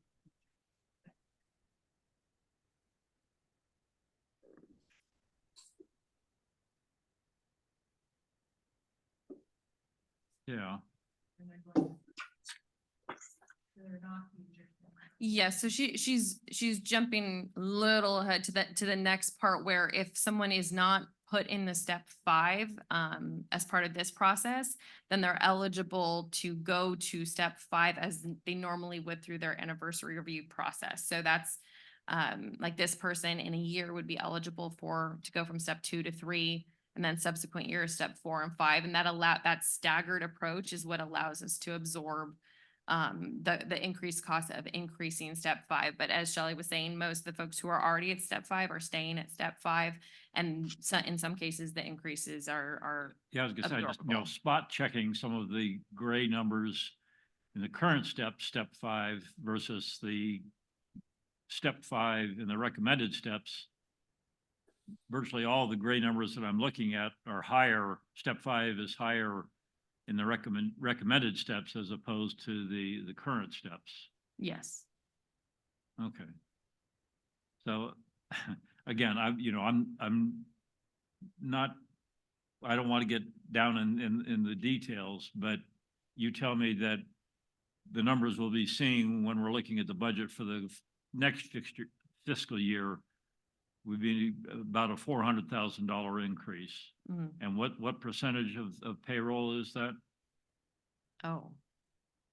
Payroll is about 17 million, so. Okay, so we're not talking a double-digit increase or anything like that in payroll costs, so. Correct. Okay, that's basically what I'm driving is I again, you get lost in the details. I was looking for a bottom line number. Yeah, I get you. And if I could just add that, different step 5s have different amounts of increases from current to what's going to be, recommended to be implemented. And it has to do with just how competitive the job was or wasn't in the marketplace, when we started the study. So, while this accounting technician example is a good example of one that was relatively low in that plus or minus 5%, it was below the market. And as a result of the more competitive positioning that we recommended and that previously the board had discussed and agreed to, of median plus a few percentage points, that's why you see for this one, and I can't read these numbers too well later, but you see a 38 rather than a 32, right? Is that what that says? 35? Okay. Yeah, 35. Yeah, and again, just, I mean, this is just one example out of the long list of Yes, examples. it is. Yes. If I was looking for a job as an accounting technician, and currently the best I can do is 3217, and under this new system, I can do 3543. So that makes, I would think that would make the job more attractive. That's the point. Yes. Okay. Thank you. I just have Yes, a Marissa. quick comment about that. So in the meeting, when we were discussing this and deciding, where our range would be, we also, wasn't it something like every year our budget increases by, and it was over $600,000, I believe it was like 2 or 3% based on the total budget. Yeah. And that is where we knew that the salaries would increase, but because the property tax revenue would increase, we would have the money to absorb it regardless with a substantial variance for. Yes. So bottom line, that's where I'm saying it does seem like you're like, oh my gosh, 400,000 in 2 years, but that means that our budget went up 600,000 and then another 600,000. So you're really up 1.2 million in 2 years for our total budget. So just for round numbers. So our salary going up 400,000 really isn't affecting us the same as it would if it went up 400,000 today. Right. Yeah. But that's why But we'll be I wanted okay. to get a bottom line figure. Yeah. Rather than getting buried in all these individual numbers. Yeah. No, so that's, Thank you. we'll be okay. If I could Yes, just ask for please do. clarification on that, Ms. Smith, you mentioned that for this budget, it would be about $100,000. Yeah. And is that because we've already anticipated and budgeted a certain amount, so then this will just kind of bump that up to kind of make things where we're proposing, and then in subsequent years, we'll take the whole. Yes. So this Or- year has sufficient salaries and benefit savings to absorb the increase that this would cause, because most of the increases are small because you're going to the closest rate that is not higher. So it's when those additional steps, that's the bigger impact. And frankly, most positions aren't affected that way. So, but yes, you're correct that the existing salary benefits this year are sufficient to absorb the cost for the remainder of the fiscal year. Okay. Thank you. Okay, well, thank you, Melissa and everybody. What a large, involved process we've just gone through, and I appreciate all the new information and making sure that we're competitive and continue to be one of the, top employees and retention for sure. So, as you know, we've got 3 recommendations before us. I see 3 of them more action. One is just to receive and file the salary survey. Want to take these one at a time or as a group? Yeah, we're comfortable with a group. Okay. Yes, I Director just Nichols. wanted to restate my concern, which I mentioned earlier. I still am not in agreement of changing the administrative positions to director. I still believe would present quite a conflict with elected positions being called director and employees being called director. So I'm not comfortable with that. Just want to state that. Could I comment on that? Because Please I know do. we discussed that, I think maybe in closed session and somewhere along the way. And there were several of us that were Right. concerned about the same thing. At the time, I think I had looked at a couple of our neighboring districts, and I don't know if Rancho Simi has just changed it, but I went onto their website today, and their administrative level people are now titled director. So there does seem to be at least some consistency with what's happening out in the world there, out in the market. I'm not wild about because there is some confusion. We're directors and they're directors. But if our consultant and looking at the market, if that's the way things are going, then maybe it's something we just have to get used to. And we did hear you, and we did talk to Alan again, and kind of, just so you know, I went on the public paid, .ca.gov, the where you can quickly look at other rec and park districts in the state, and And the higher end, higher, payroll districts like ours are using the director. So like Hayward and Livermore, Rancho Simi, Mid-Penn, and East Bay, those kind of the top of the food chain, if you will. Rec and park agencies around the state are using director as well. So it's, I guess, I don't know if this is a new trend, but it seems to be, the titling protocol we're seeing, so. And in those agencies, Jim, are the electeds still also referred to as directors? Yeah, board, like, so you see a lot of board member or directors. Both those are pretty common. Board member, director. You don't see a lot of trustees. That's a school thing. And then obviously council, cities or council people. So yeah, seems like Rec and Park elected directors are often referred to as directors or board members. And so, yeah, there is that, there is that potential for confusion, but we will do our darndest to make sure there's clarity on that. When we use director for the titles, I don't know if we, always make sure that we're somehow distinguishing the staff director title versus the elected director title. Have you thought of a? That would not put us in grade 198 though, as elected directors, right? Director Nichols, have you thought of what you would like to see? Well, I don't know that we could change the title of an elected position. So that's why I was kind of deferring to changing the title of the employee position. But if I'm the minority, that's not going to happen. Well, as you know, I brought it up previously too, and it bothered me for confusion and understanding by the public. But I think is this probably an item that we can address more in the future? Or is this the only time that? Yeah, I mean, we paid our consultant a lot of money.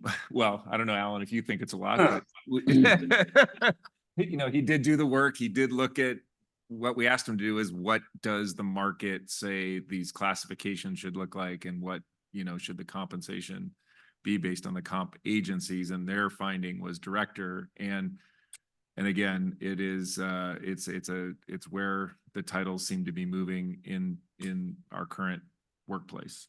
Could I just add, if it's worth something to you all, it's also an issue of the semantics of what those words mean, and it's why all the private sector organizations have VPs, and below them are directors, and they have boards of directors that are directors, and they've come to understand it. And most public sector agencies have dealt with that very easily, even in those, realizing that in cities where they have directors, they don't have directors on their governing boards. There is a big difference semantically between an administrator who administrates and a director who organizes, plans, integrates, directs, and controls the part of the organization that they're accountable for. And the difference in those titles are reflected in what the job's accountable for doing, not just administering a parks program or administering finance and administration. It's accountable for managing it. And it's a bigger title than just a manager, it's a director.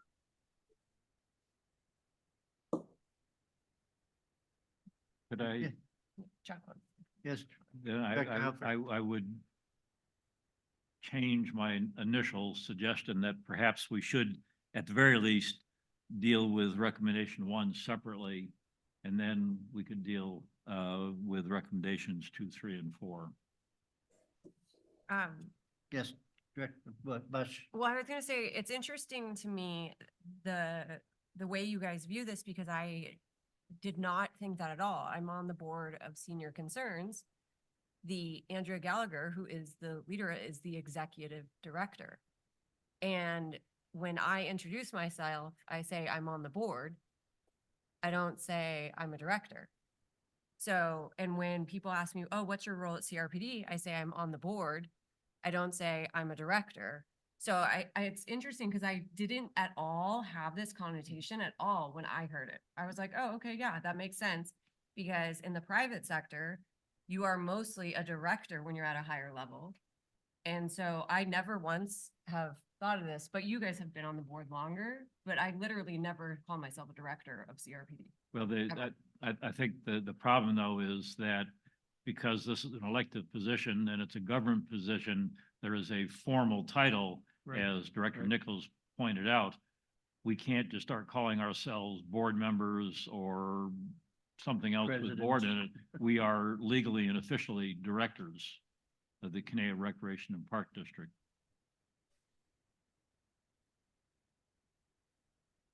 I think what struck me about it was when I went to my first California Recreation and Park Society meeting, and they say, yeah, this meeting is for directors. When I went there, there's no board of directors, it's directors of the Parks Department.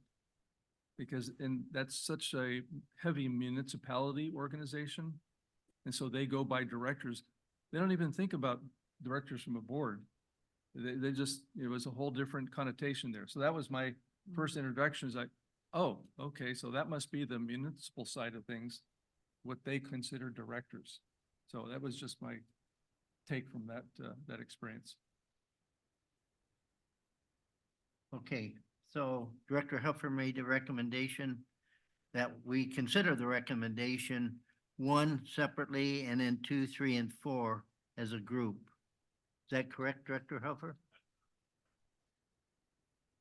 Does any other board members have comments or? Is that a motion? No, I want to prepare Oh, and see if this is something that, because we previously said we'd take them as a group. So If I could, I would like to move that we recommend staff recommendation 1 to approve and adopt the recommended job descriptions. okay, is there a second for that motion? We're approving it as it is, correct? Well, So That's what- Director Hufford is breaking them out individually, and so his first motion was to just take on number 1. recommend the So as approval is. of number 1. I presume as is. Yes. And if there's some dissension, well, we'll find that out. I'll second it. Okay, there's a motion and a second that we are approving the recommendation of number 1. So that is no longer part of the group. And we have a second. Any further discussion? may I make a request of the maker of the motion? Could we take out the administrator position from that recommendation or from that motion and consider all of those positions except for that one position? Would that be an appropriate motion? To be later addressed? Is that a question you're directing me? Yes, yes. I'm afraid if we do that, it's going, and correct me if I'm wrong, Melissa, but if we make one change in the job titles, and if we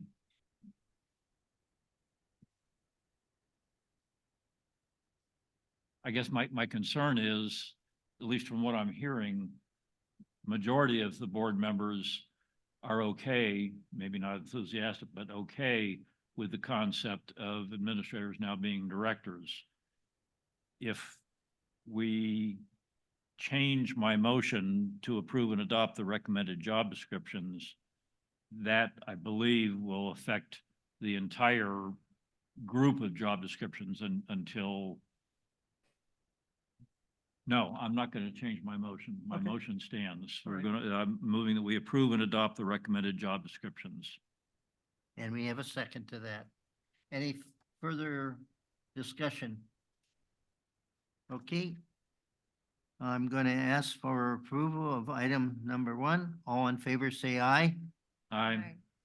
Opposed? Aye. Aye. Abstentions? Hearing none. We have a 2-2 tie.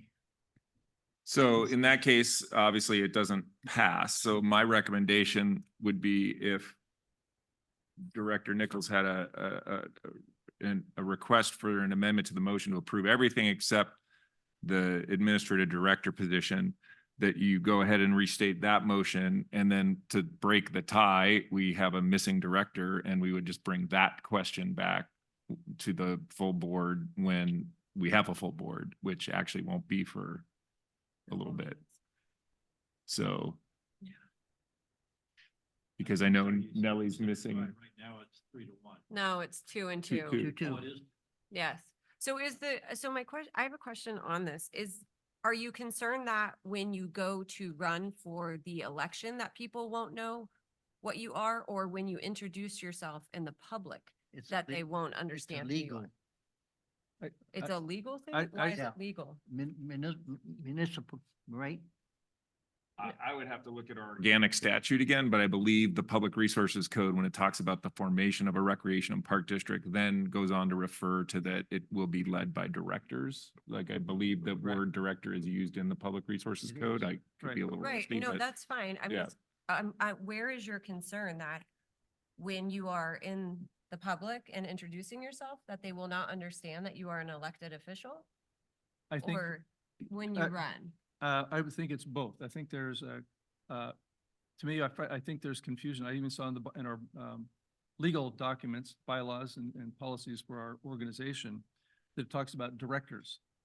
And now there's going to be confusion. We have to go back and restate all that as to, well, is it directors? Is it elected officials? Is it the directors as an employee? So I think there's confusion in that regard, but also just in day-to-day business, whether it's staff referring to themselves as directors or elected officials referring to them as directors, to the lay people, it doesn't make a difference to them because, as you know, many of them don't know what the distinction would be one versus the other. So I think it leads to confusion in the public, as well as with, the way we have our organization set up, besides the legal fact that, in the state legislation, that we are officially directors. So I just find that to be a conflict to have employees as directors and elected officials as directors. So I think it does lead itself to multiple opportunities for confusion. I think because I have to clarify for everyone when I meet them, because they assume I am an employee of CRPD, that I have to clarify for them already that I am an elected official who's a board member. Mhm. I don't have that because I automatically have to, because they assume at my age that I am not an elected official. So I just have to be like, no, I'm on the board. And they're like, oh, so what do you really do? And then I can go into, Mhm. what my day job is. So perhaps that's why I'm not seeing the concern. And then in the bylaws, couldn't we just change it to board member? Or no? But we're directors. Directors, yeah. Of the Yeah, board. you're new to the Board member world directors. of districts and municipalities and so forth. So I understand where you're coming from. Yeah, I'm not understanding the Yeah, concern. so I'll include that in the, But Rancho Simi did the same thing, correct? Well, what I would refer you to is page 58, 59, 57, 58, 59. No, just 50. It's 58 and 58 and 59. 59, yeah. Yeah. So 58 and 59 are the actual titles of comparable, positions at different, they're called the salary survey data sheet. And the other agencies that use director in their title. And then I kind of took it a step forward because there are a lot of cities here. I did look at the list of like the higher paying / bigger agencies that are only rec and park districts, and there are quite a few staff level director positions that are being used in the industry right now. So what we asked our consultant to do was, provide us their recommendation guidance on the titling. And Alan, you can speak for yourself, but my understanding, and he already did, but basically the idea is that we are to be not only an attractive for other agencies, should one of these fine administrators / directors or whatever they are, should they ever move on to somewhere else and we have to attract someone else, you, I guess, would find somebody more interested in the position, or it would be more easily understood in the field what you're looking for, or the kind of position that it is. But it also is useful, obviously, for our own staff for their professional sort of growth and outreach as they work with others in the field. But again, this is definitely not a hill to die on, especially since we're missing a elected board member / director that could break this tie. And of the entire thing we're trying to do here, this is a small, tiny piece of it. And so I would rather make sure we take care of all the staff that we can and maybe just defer this question. And literally, I would just 2 meetings from now, 3 meetings, whenever all of you are here, all 5, bring up the question, are we okay with director, or do we have to work on a different title? Literally this, right now we're at 2-2, and Nellie would be the one to decide. Oh, can you, in the meantime, check with some other legal lawyers that specialize in this? And that is my concern, as Director Nichols brought up, is the legality. You know, what one person understands what you're doing or what you're called, doesn't matter to me. But I'm concerned about the legal part of it, that all this is based on how we became elected officials. So if you, Jim, could do a little more looking into that to add to the our understanding. I mean, I don't know that I can tell you that, you know, the question I would research, are you legally directors under the Public Resources Code? I'm 99% sure that you are directors, or referred to by the Public Resources Code as directors. I do not think there's any legal prescription or limitation on also calling a staff person a director. I mean, they're just based, and I don't like to be a lemming and just do what all the other agencies are doing, Right. but it is such a common practice that I would be shocked to find out that legal research would say that you couldn't call somebody a director, or there was some prescription from calling somebody a director in their professional title. But And they're doing it, calling them directors because of the kind of job that it is and the kind of managerial oversight that it has to exercise. There are hundreds of special districts and joint powers authorities that aren't recreation districts in the state of California. Lots of water and wastewater and joint powers things. They all have directors on their boards, director titles, and they all have directors, if they're of any size at all, in their organization. And I appreciate what you all are worrying about, but I believe that our recommendation would be a good one to implement. And when you get your full board there, I agree that that's the time to do it, although that's not my place to say. And I'm going to leave now. Thank you.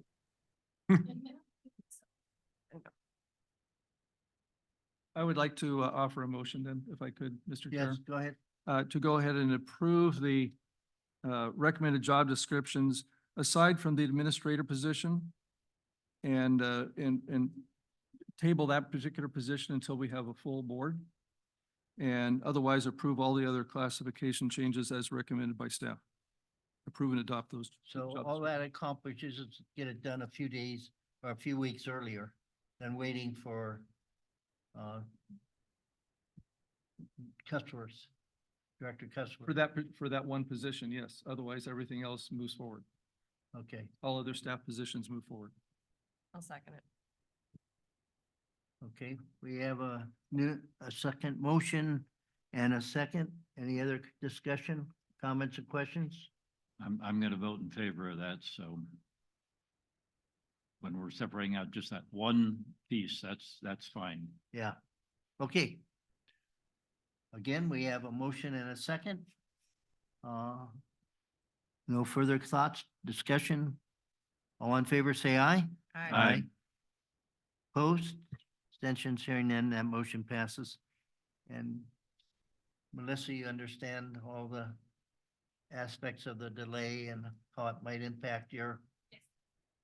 yeah, and I just might add, so we are all good to go, all green lights, everything's going to go into effect, and including the, I don't know that there is, but including whatever adjustments that would, you know, befall the administrators.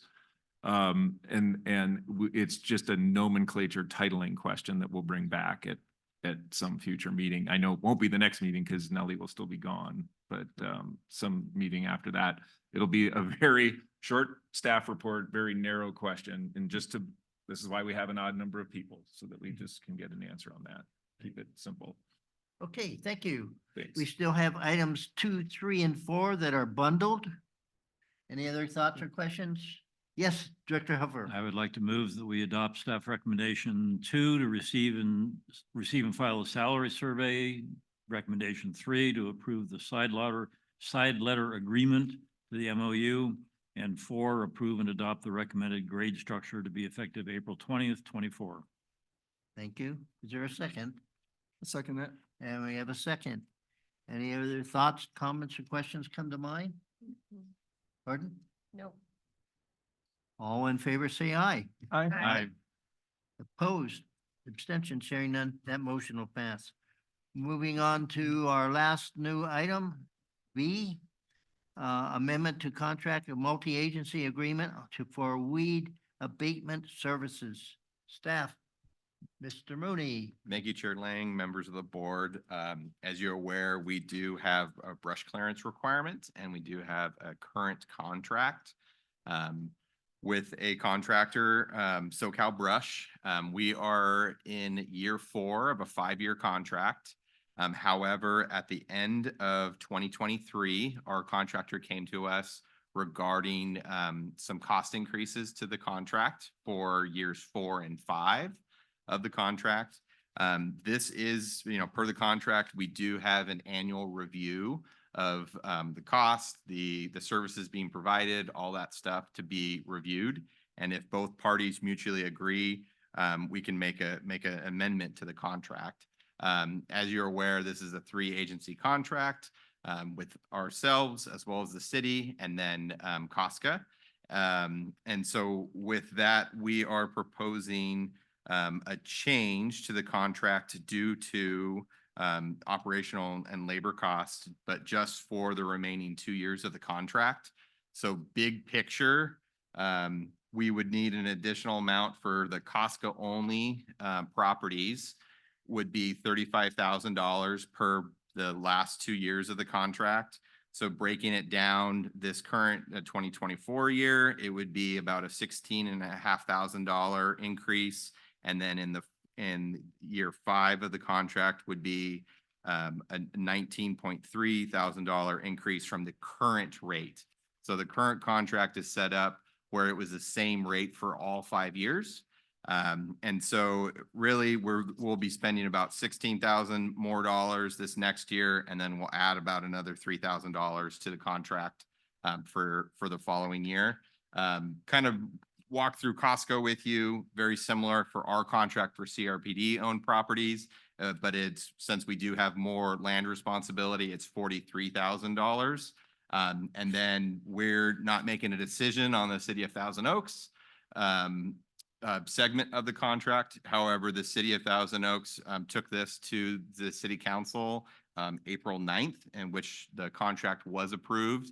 We do have the ability, we're not looking to split the contract, but we do have an ability, say, if the City Council did not approve it, we could separate it and approve it on our own to do the responsibility of COSCA as well as CRPD, just from an operational standpoint. Obviously, the city has other contracts, they have other manpower to be able to accomplish the brush clearance work as required by the fire department. However, City Council did approve it. And so from a total standpoint, we're looking at making a total change to the contract. It is, sorry, I should have looked at that first. There is a total change of,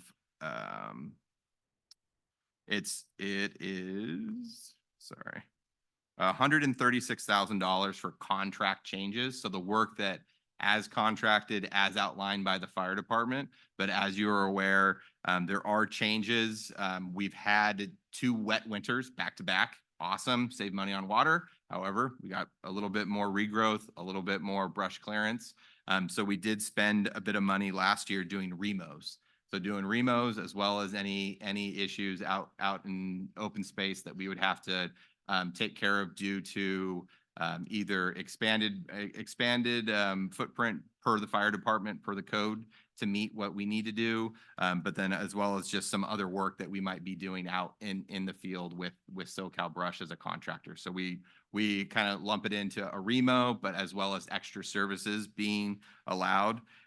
We do part of those extra services. We just did some math just because we just went through expenses this past year because of the wet winter from last year.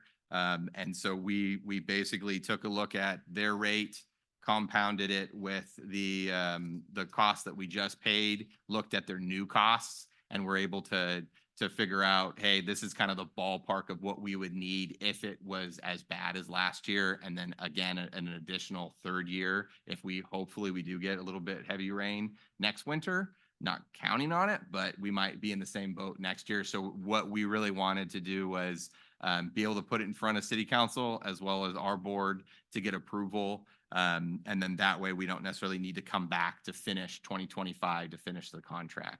And then just to remind you, we would be putting this back out to RFP to do the contract. It would be for the 2026 year.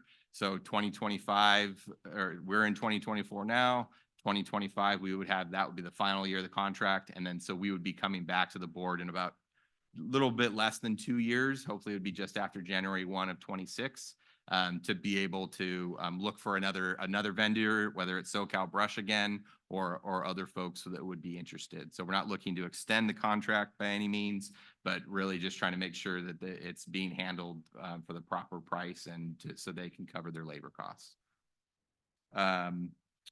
And then as far as a budget standpoint, because how are we going to pay for it, confirmed with Melissa Smith that we would, as part of the 24-25 budget proposal, it will be adjusted to accommodate this increase. So we're good and we can handle the cost change for this next budget year. And with that, I'm available for questions. Thank you, Mr. Mooney. Questions on this brushing and the amendment? Chair Lang. Yes. A couple of questions. It appears that the additional amounts for COSCA, for CRPD in the city are fairly specific dollars and cents. Were those percentage increases? Yeah, so correct. So but based on their proposal, I'd have to kind of reverse the math on it. We did a bunch of spreadsheets, taking a look at everything, but everything was proportionate based on the responsibilities of each. And then even like with Remo, I believe we were a fraction of a cent. We were 0.009 cents per square foot, and their number bumped up about 0.003%. So it ended up. Okay, You know. I mean, it's, I was gonna say it's good enough for government work. This is government work, so. So I understand those three, but the 294,000 for extra services, you said that basically is just a very rough estimate. But is that rough estimate? Are we contractually obligated to that rough estimate? Or where does the 294 fit in? Yeah, so the 294 is based off of what we've paid last year for the work that we did, and then penciling out with the changes to the contract for year 4 and year 5. And so we wanted to make plus an additional percentage increase to make sure that we're covered in case we do incur wetter weather in the coming winters. So would this be similar to some of our other contractors where it's a not to exceed? Correct. All right, I'm not sure I found that in the language of the, maybe it is in there. Yeah, so if you look under attachment 1, so it's page 99 of the packet. So we do have under recitals, under section C, the agencies talk about the yearly contract cost for 136,000, and then we have a $294,000 extra services increase in the total, excuse me, not to exceed over the lifetime of the contract to a total of 1.49. So that 294 would be included in that not to exceed figure. Okay, and the 294, how is that to be divided between CRPD, city, and COSCA? Correct. Yeah. So it's proportionate. It is a big pot, but it is proportionate based on past work that we've done. And like I mentioned, we do contract out a little bit more since we are the smaller agency of the two. The city has the most area in the contract. And so everything's proportionate based on what we've been historically spending and what's proposed with the cost increase for the services. Okay, and then a final question. You said the city council has already approved this as of April 9th. The amendment that you included in our packet is dated April 9th, but you're asking for us to approve it on whatever the date is today, April 18th. And does Casca also need to approve this? Because I don't believe we have No. a scheduled meeting in the immediate future. No, so history, how we've done this in the past is that we take it to city first since they're the main lead on the contract and they have the most monies towards the contract on a typical contract year. And they are the lead agency, if you will, for this. And so we've always taken the agreement to the city council prior. And so the amendment is dated for that council date. And then once we approve, we sign and approve it. We do not take this to Casca just because from the operational standpoint of what we are managing with Casca, it's a 50-50 between the two agencies. So it's city council board city council as well as our board. Okay, thank you. Okay, any additional, Director Nichols? Just a technical question on the signature page of the resolution or the contract, I guess. I noticed for the city, we have the mayor signing. And for Casca is the chair, which is also an elected official, but CRPD is the general manager. I'm just wondering how that played out where we have two elected officials and one. I don't really care, but I just was curious as to why that happened. Yeah, and so this is history, and this was the city standard. So this is how it's been done in the past. Like the old contract had let me find it. But this is from learning and going through. Hey, take a look at what we've done before, and then the city's attorney office took a look at the contract.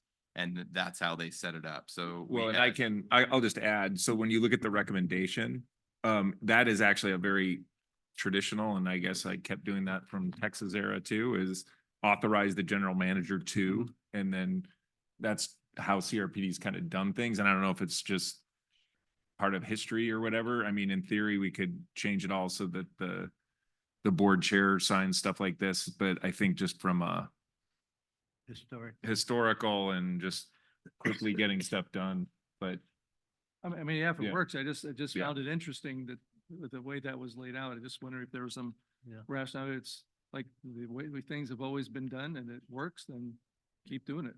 And it's appeared in a number of documents that Yeah. we've dealt with in the past also. Okay, all right, thank you. You're welcome. Any other comments or questions? Yes. Oh, okay.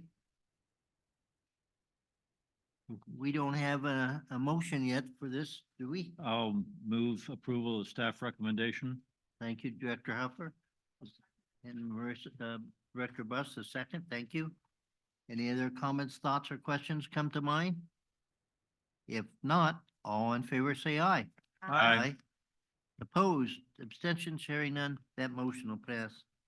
And thank you, everyone, for your concerted effort and associated with the various items we've dealt with this evening. We're now ready to move on to item 10, reports and announcements, 10A through E. Anyone want to discuss any of those?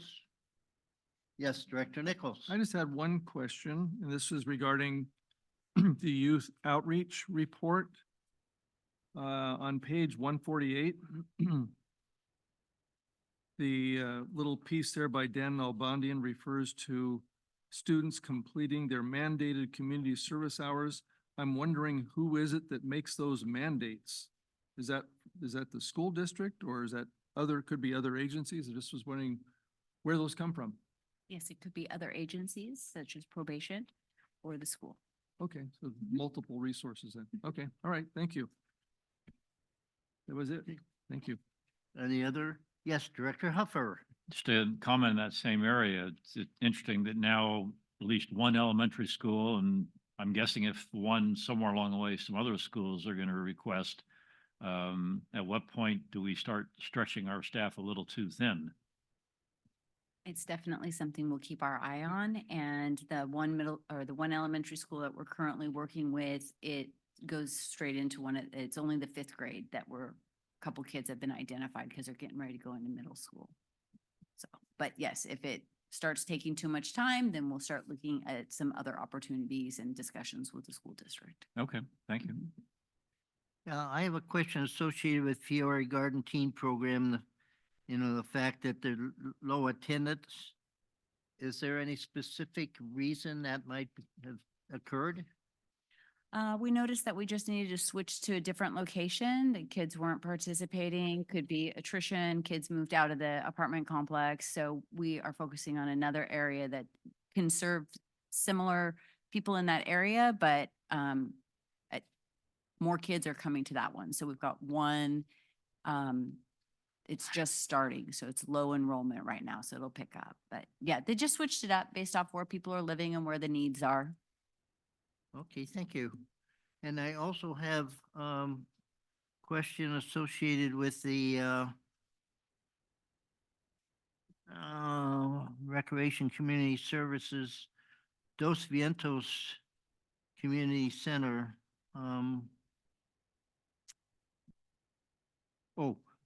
Horseback riding is offered at Dos Vientos Community Center based on the proximity of Rancho Potrero, obviously. Are there any other equestrian programs offered at any other of the centers that could make a trip to Dos Vientos for their riding experience? Any kids in the community can sign up for the programs at Dos Vientos and participate in the Rancho Potrero classes. So we don't transport them there or anything. It's just Dos Vientos is our lead unit because of their proximity to the location. Okay, so there could be users from the Thousand Oaks and et Oh, cetera? absolutely. Anywhere in the community, even outside the district if there's spots available. Okay. All right, those were the comments and questions I had. Any other? Okay, we're moving on to our department reports. Starting with our Parks Division report, Mr. Mooney. Thanks, Chair Lang. I'll be brief, but just want to let you guys know we've been making good progress on the master plan with our consultant team and staff. So we're optimistic, but we're looking to get our first kind of internal draft going in the next few weeks to month. And then we would hope to be able, if agenda and board meeting time allows, to be able to bring it back before the summer break for, presentation to the board, review, comment, that type of stuff. So good progress there. We do have, if you guys remember back in October of 23, this past October, the board approved a park dedication fee with a land dedication as well as a fee dedication for 500 Teal Boulevard. The developer and the city staff, and we've been working with city staff on conditions on the project that includes what the board approved. And we will be, I will be attending. Jim may or may not attend on Monday, but they're taking that to Planning Commission. So the project is going in front of Planning Commission to be reviewed. So just kind of progress on that front. And then some bummer news, Conejo Community, the grant that we worked on, we actually got news of we did not get an award and we didn't get any money whatsoever on it. So there definitely was a mix of other organizations and agencies that submitted. So we're going to be talking with the grant team to kind of retool, kind of get some of the criticism, understand kind of where we ranked and how that all worked. But we were very competitive. We were just kind of in the mid range in the initial scoring information that we received. So, but kind of hats off to Rebecca. Rebecca really took that to another level and be able to do a lot of work to get that grant submitted. And so it's, win some, lose some, and this time we just lost some. So we'll continue to look for other opportunities on the grant front and other funding opportunities for that project. So with that, I'm available for questions. Thank you, Mr. Mooney. Any questions of, um, excuse me, Parks and Planning? If not, we're moving on to item B, Recreation Division, Ms. Callis. Thank you, Chair Ling, members of the board. Just a correction on the rec highlights on the barn sale. They actually raised a little over $4,000. So I just wanted to clarify that. And then in your packet, you received a flyer that looks like this. There was a really interesting study that was done in regards to social media platforms. We were not included in the study the first year that they did it in 2022 because they just focused on cities. But in 2023, somehow, and I don't know how, the city of Thousand Oaks named us as their recreation department. And so we were included in their study, and we actually ranked number 36 out of 267 other organizations that they looked at. So there's just some interesting facts there. So you can check that out. And with that, I'm available for questions. Thank you, Ms. Callis. Any comments or questions for recreation? Okay, thank you again. Moving on to item C, Management Services Division Report. And I know we've heard a lot from you, Melissa, but do we have anything more? Oh, no, I'm available for questions. You do so much work, especially all the color, but there is another word I was looking for. The picture, photos, etc. You really jazz up a financial that normally is not too exciting. I try. You make it more exciting. Thank you. Okay, seeing no comments or questions for our management service, we're moving on to our general manager's report. Mr. General Manager. Sure. Just those of you who like to, see what our fellow agencies are doing, the city has its goal setting meeting on Tuesday, the 23rd. So next Tuesday at 6 p.m. at the Teal Library. So that's where they kind of look at big picture stuff. It's an interesting meeting to follow if you're interested. The leadership Conejo, the Chamber's Leadership Conejo group is going to be at the senior center tomorrow morning, and we will take them on a pretty much all day long bus tour of various parts of the district. So there's about 30 members of that class, and we'll be touching on actually a lot of the places that we went as a board on our field trip, and showing them a lot of other stuff too. But it's usually a really fun day, and it's an exhausting day too. So it's a good time. And then I do appreciate Akbar's presentation tonight and kind of having a preview essentially of what the city council is going to get. I thought that was kind of cool. I do know that it's on the board's mind. It's on our mind that on 2027 that our current lease with this facility is up. Our neighbors next door are gone and out. So the National Park Service has moved on. We are in talks right now with the city about potentially using a fraction of that building for therapeutic rec programming this summer. They no longer have working air conditioning, so we'd have to bring in temporary air conditioning because you can't fix it in the time remaining, the system that's there. So we're looking at the cost of that, the possibility of doing that and all that kind of stuff. But to even be in a conversation about, getting to use some of that building, that's kind of a nice spot to be in. So if and whether we have fruitful discussions, we might bring something to you before the summer. So with that, I'm available for questions. Thank you, Jim. Any questions for the general manager? Yes, Director Huffer. I get just a thought occurred to me, if the National Park Service facility isn't available, is there a possibility, because they were talking about all the open commercial and office space that's sitting empty right now in the city, is there a possibility of a short-term, month lease for some available space that is air conditioned? Yeah, and yes, I mean, I think we actually have an easier solution, kind of in the back pocket. And I know the school district would work with us on a school district facility if we really needed it. But to kind of get our foot in, next door and have a presence there right next to Hillcrest Center, it'd be kind of a neat opportunity. So we'll see if that comes to pass. Okay. Any further questions of the general manager? If not, directors' reports, follow-up reports, and meetings, conferences attended. Director Nichols. Thank you, Mr. Chair. On April 5th, I was over at the McRae Ranch looking at the items for sale. I actually bought a couple things and went on the tour, which was very nice. It's the first time I'd been to the ranch house. So Nellie and crew did a good job showing. Of course, I took the tour bus up with Wyatt and he gave us a little tour along the way. So it was a nice, and the weather was perfect. So it was nice over there. On April 9th, we had a Rancho Potrero Community Equestrian Center Working Group and Ad Hoc Committee meeting. And then this morning had a California Association of Rec and Park District Legislative Committee meeting. And that's all. And I realized I forgot to ask one question of Mr. Mooney. Could you remind me when the anticipated Borchard Skate Park groundbreaking is estimated to be? Best case would be the week after Labor Day. Okay, so Yeah, I'll best case. Just say September-ish. Yeah, best case. Okay, thank you. Okay, that concludes your report, Director Nichols. Yes, thank you. Director Bus.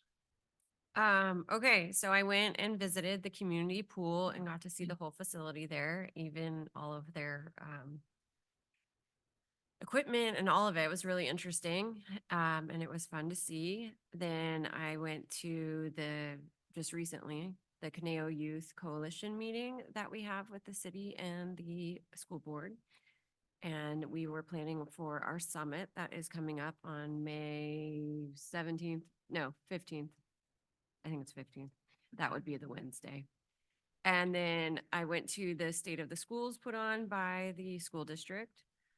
I recently had the pleasure of going to Borchard Park for a softball game. And I will say that my husband was very impressed with the fields compared to where we normally play Los Cerritos. And was like, why are these parks, this field so much nicer? And I said, that's because it's our park. I said, it's my park, Jim. You'd be proud of me for saying that. And in the back of my mind, I was like, Jim would be proud. So yeah, so that was great.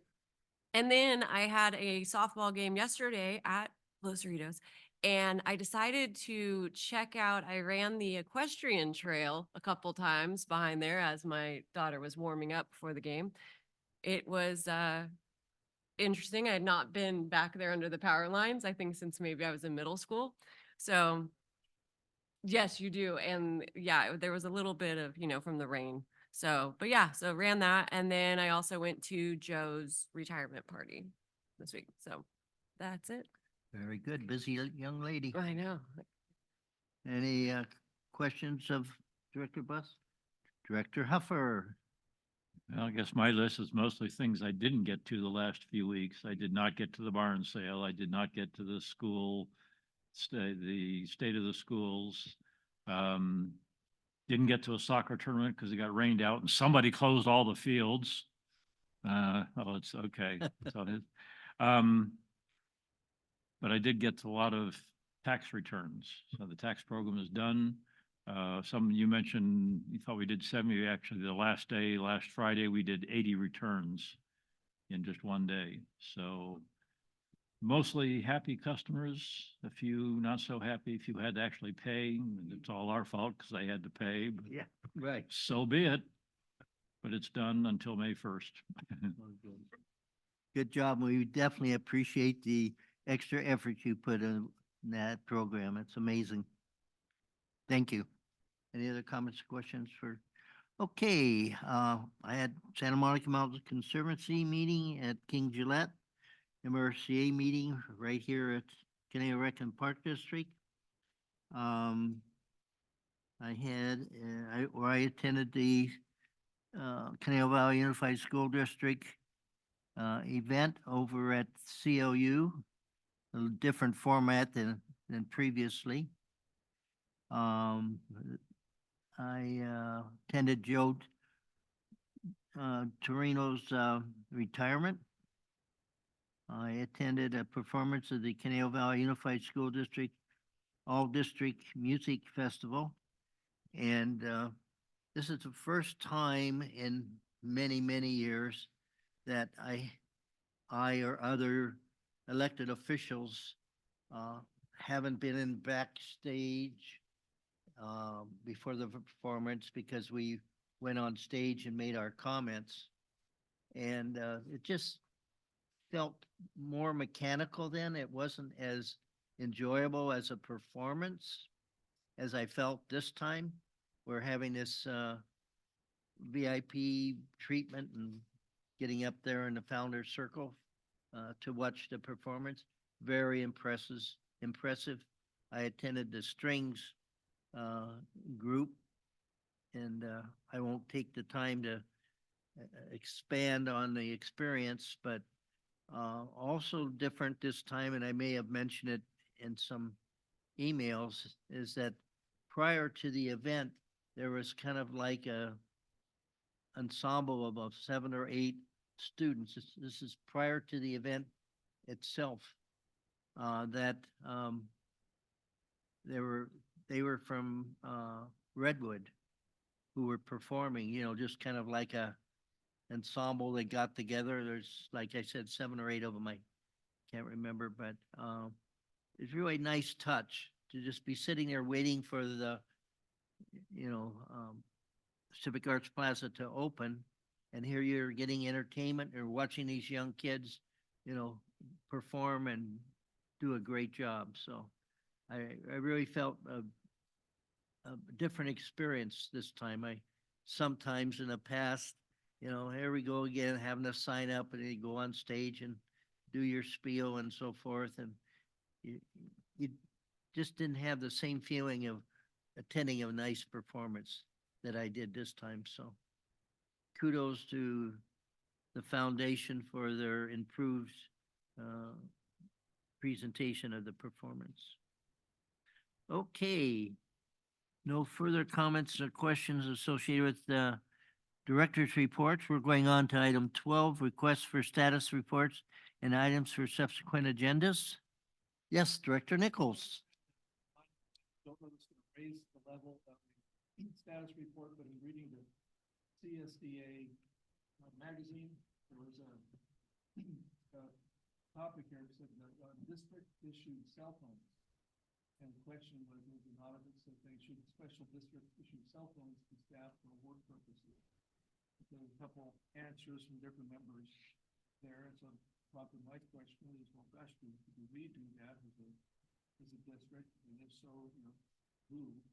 And then the other thing that came up was an issue regarding public records requests. That if you're using your cell phone, that your personal cell phone could be searched for that. And so I was wondering, how do I avoid that? If I'm using my personal cell phone for Park District business, I don't want someone having to scroll through all my stuff. So how do we avoid that? So I don't know if that has been reviewed, but if it hasn't, maybe we should consider that. Would like to avoid that.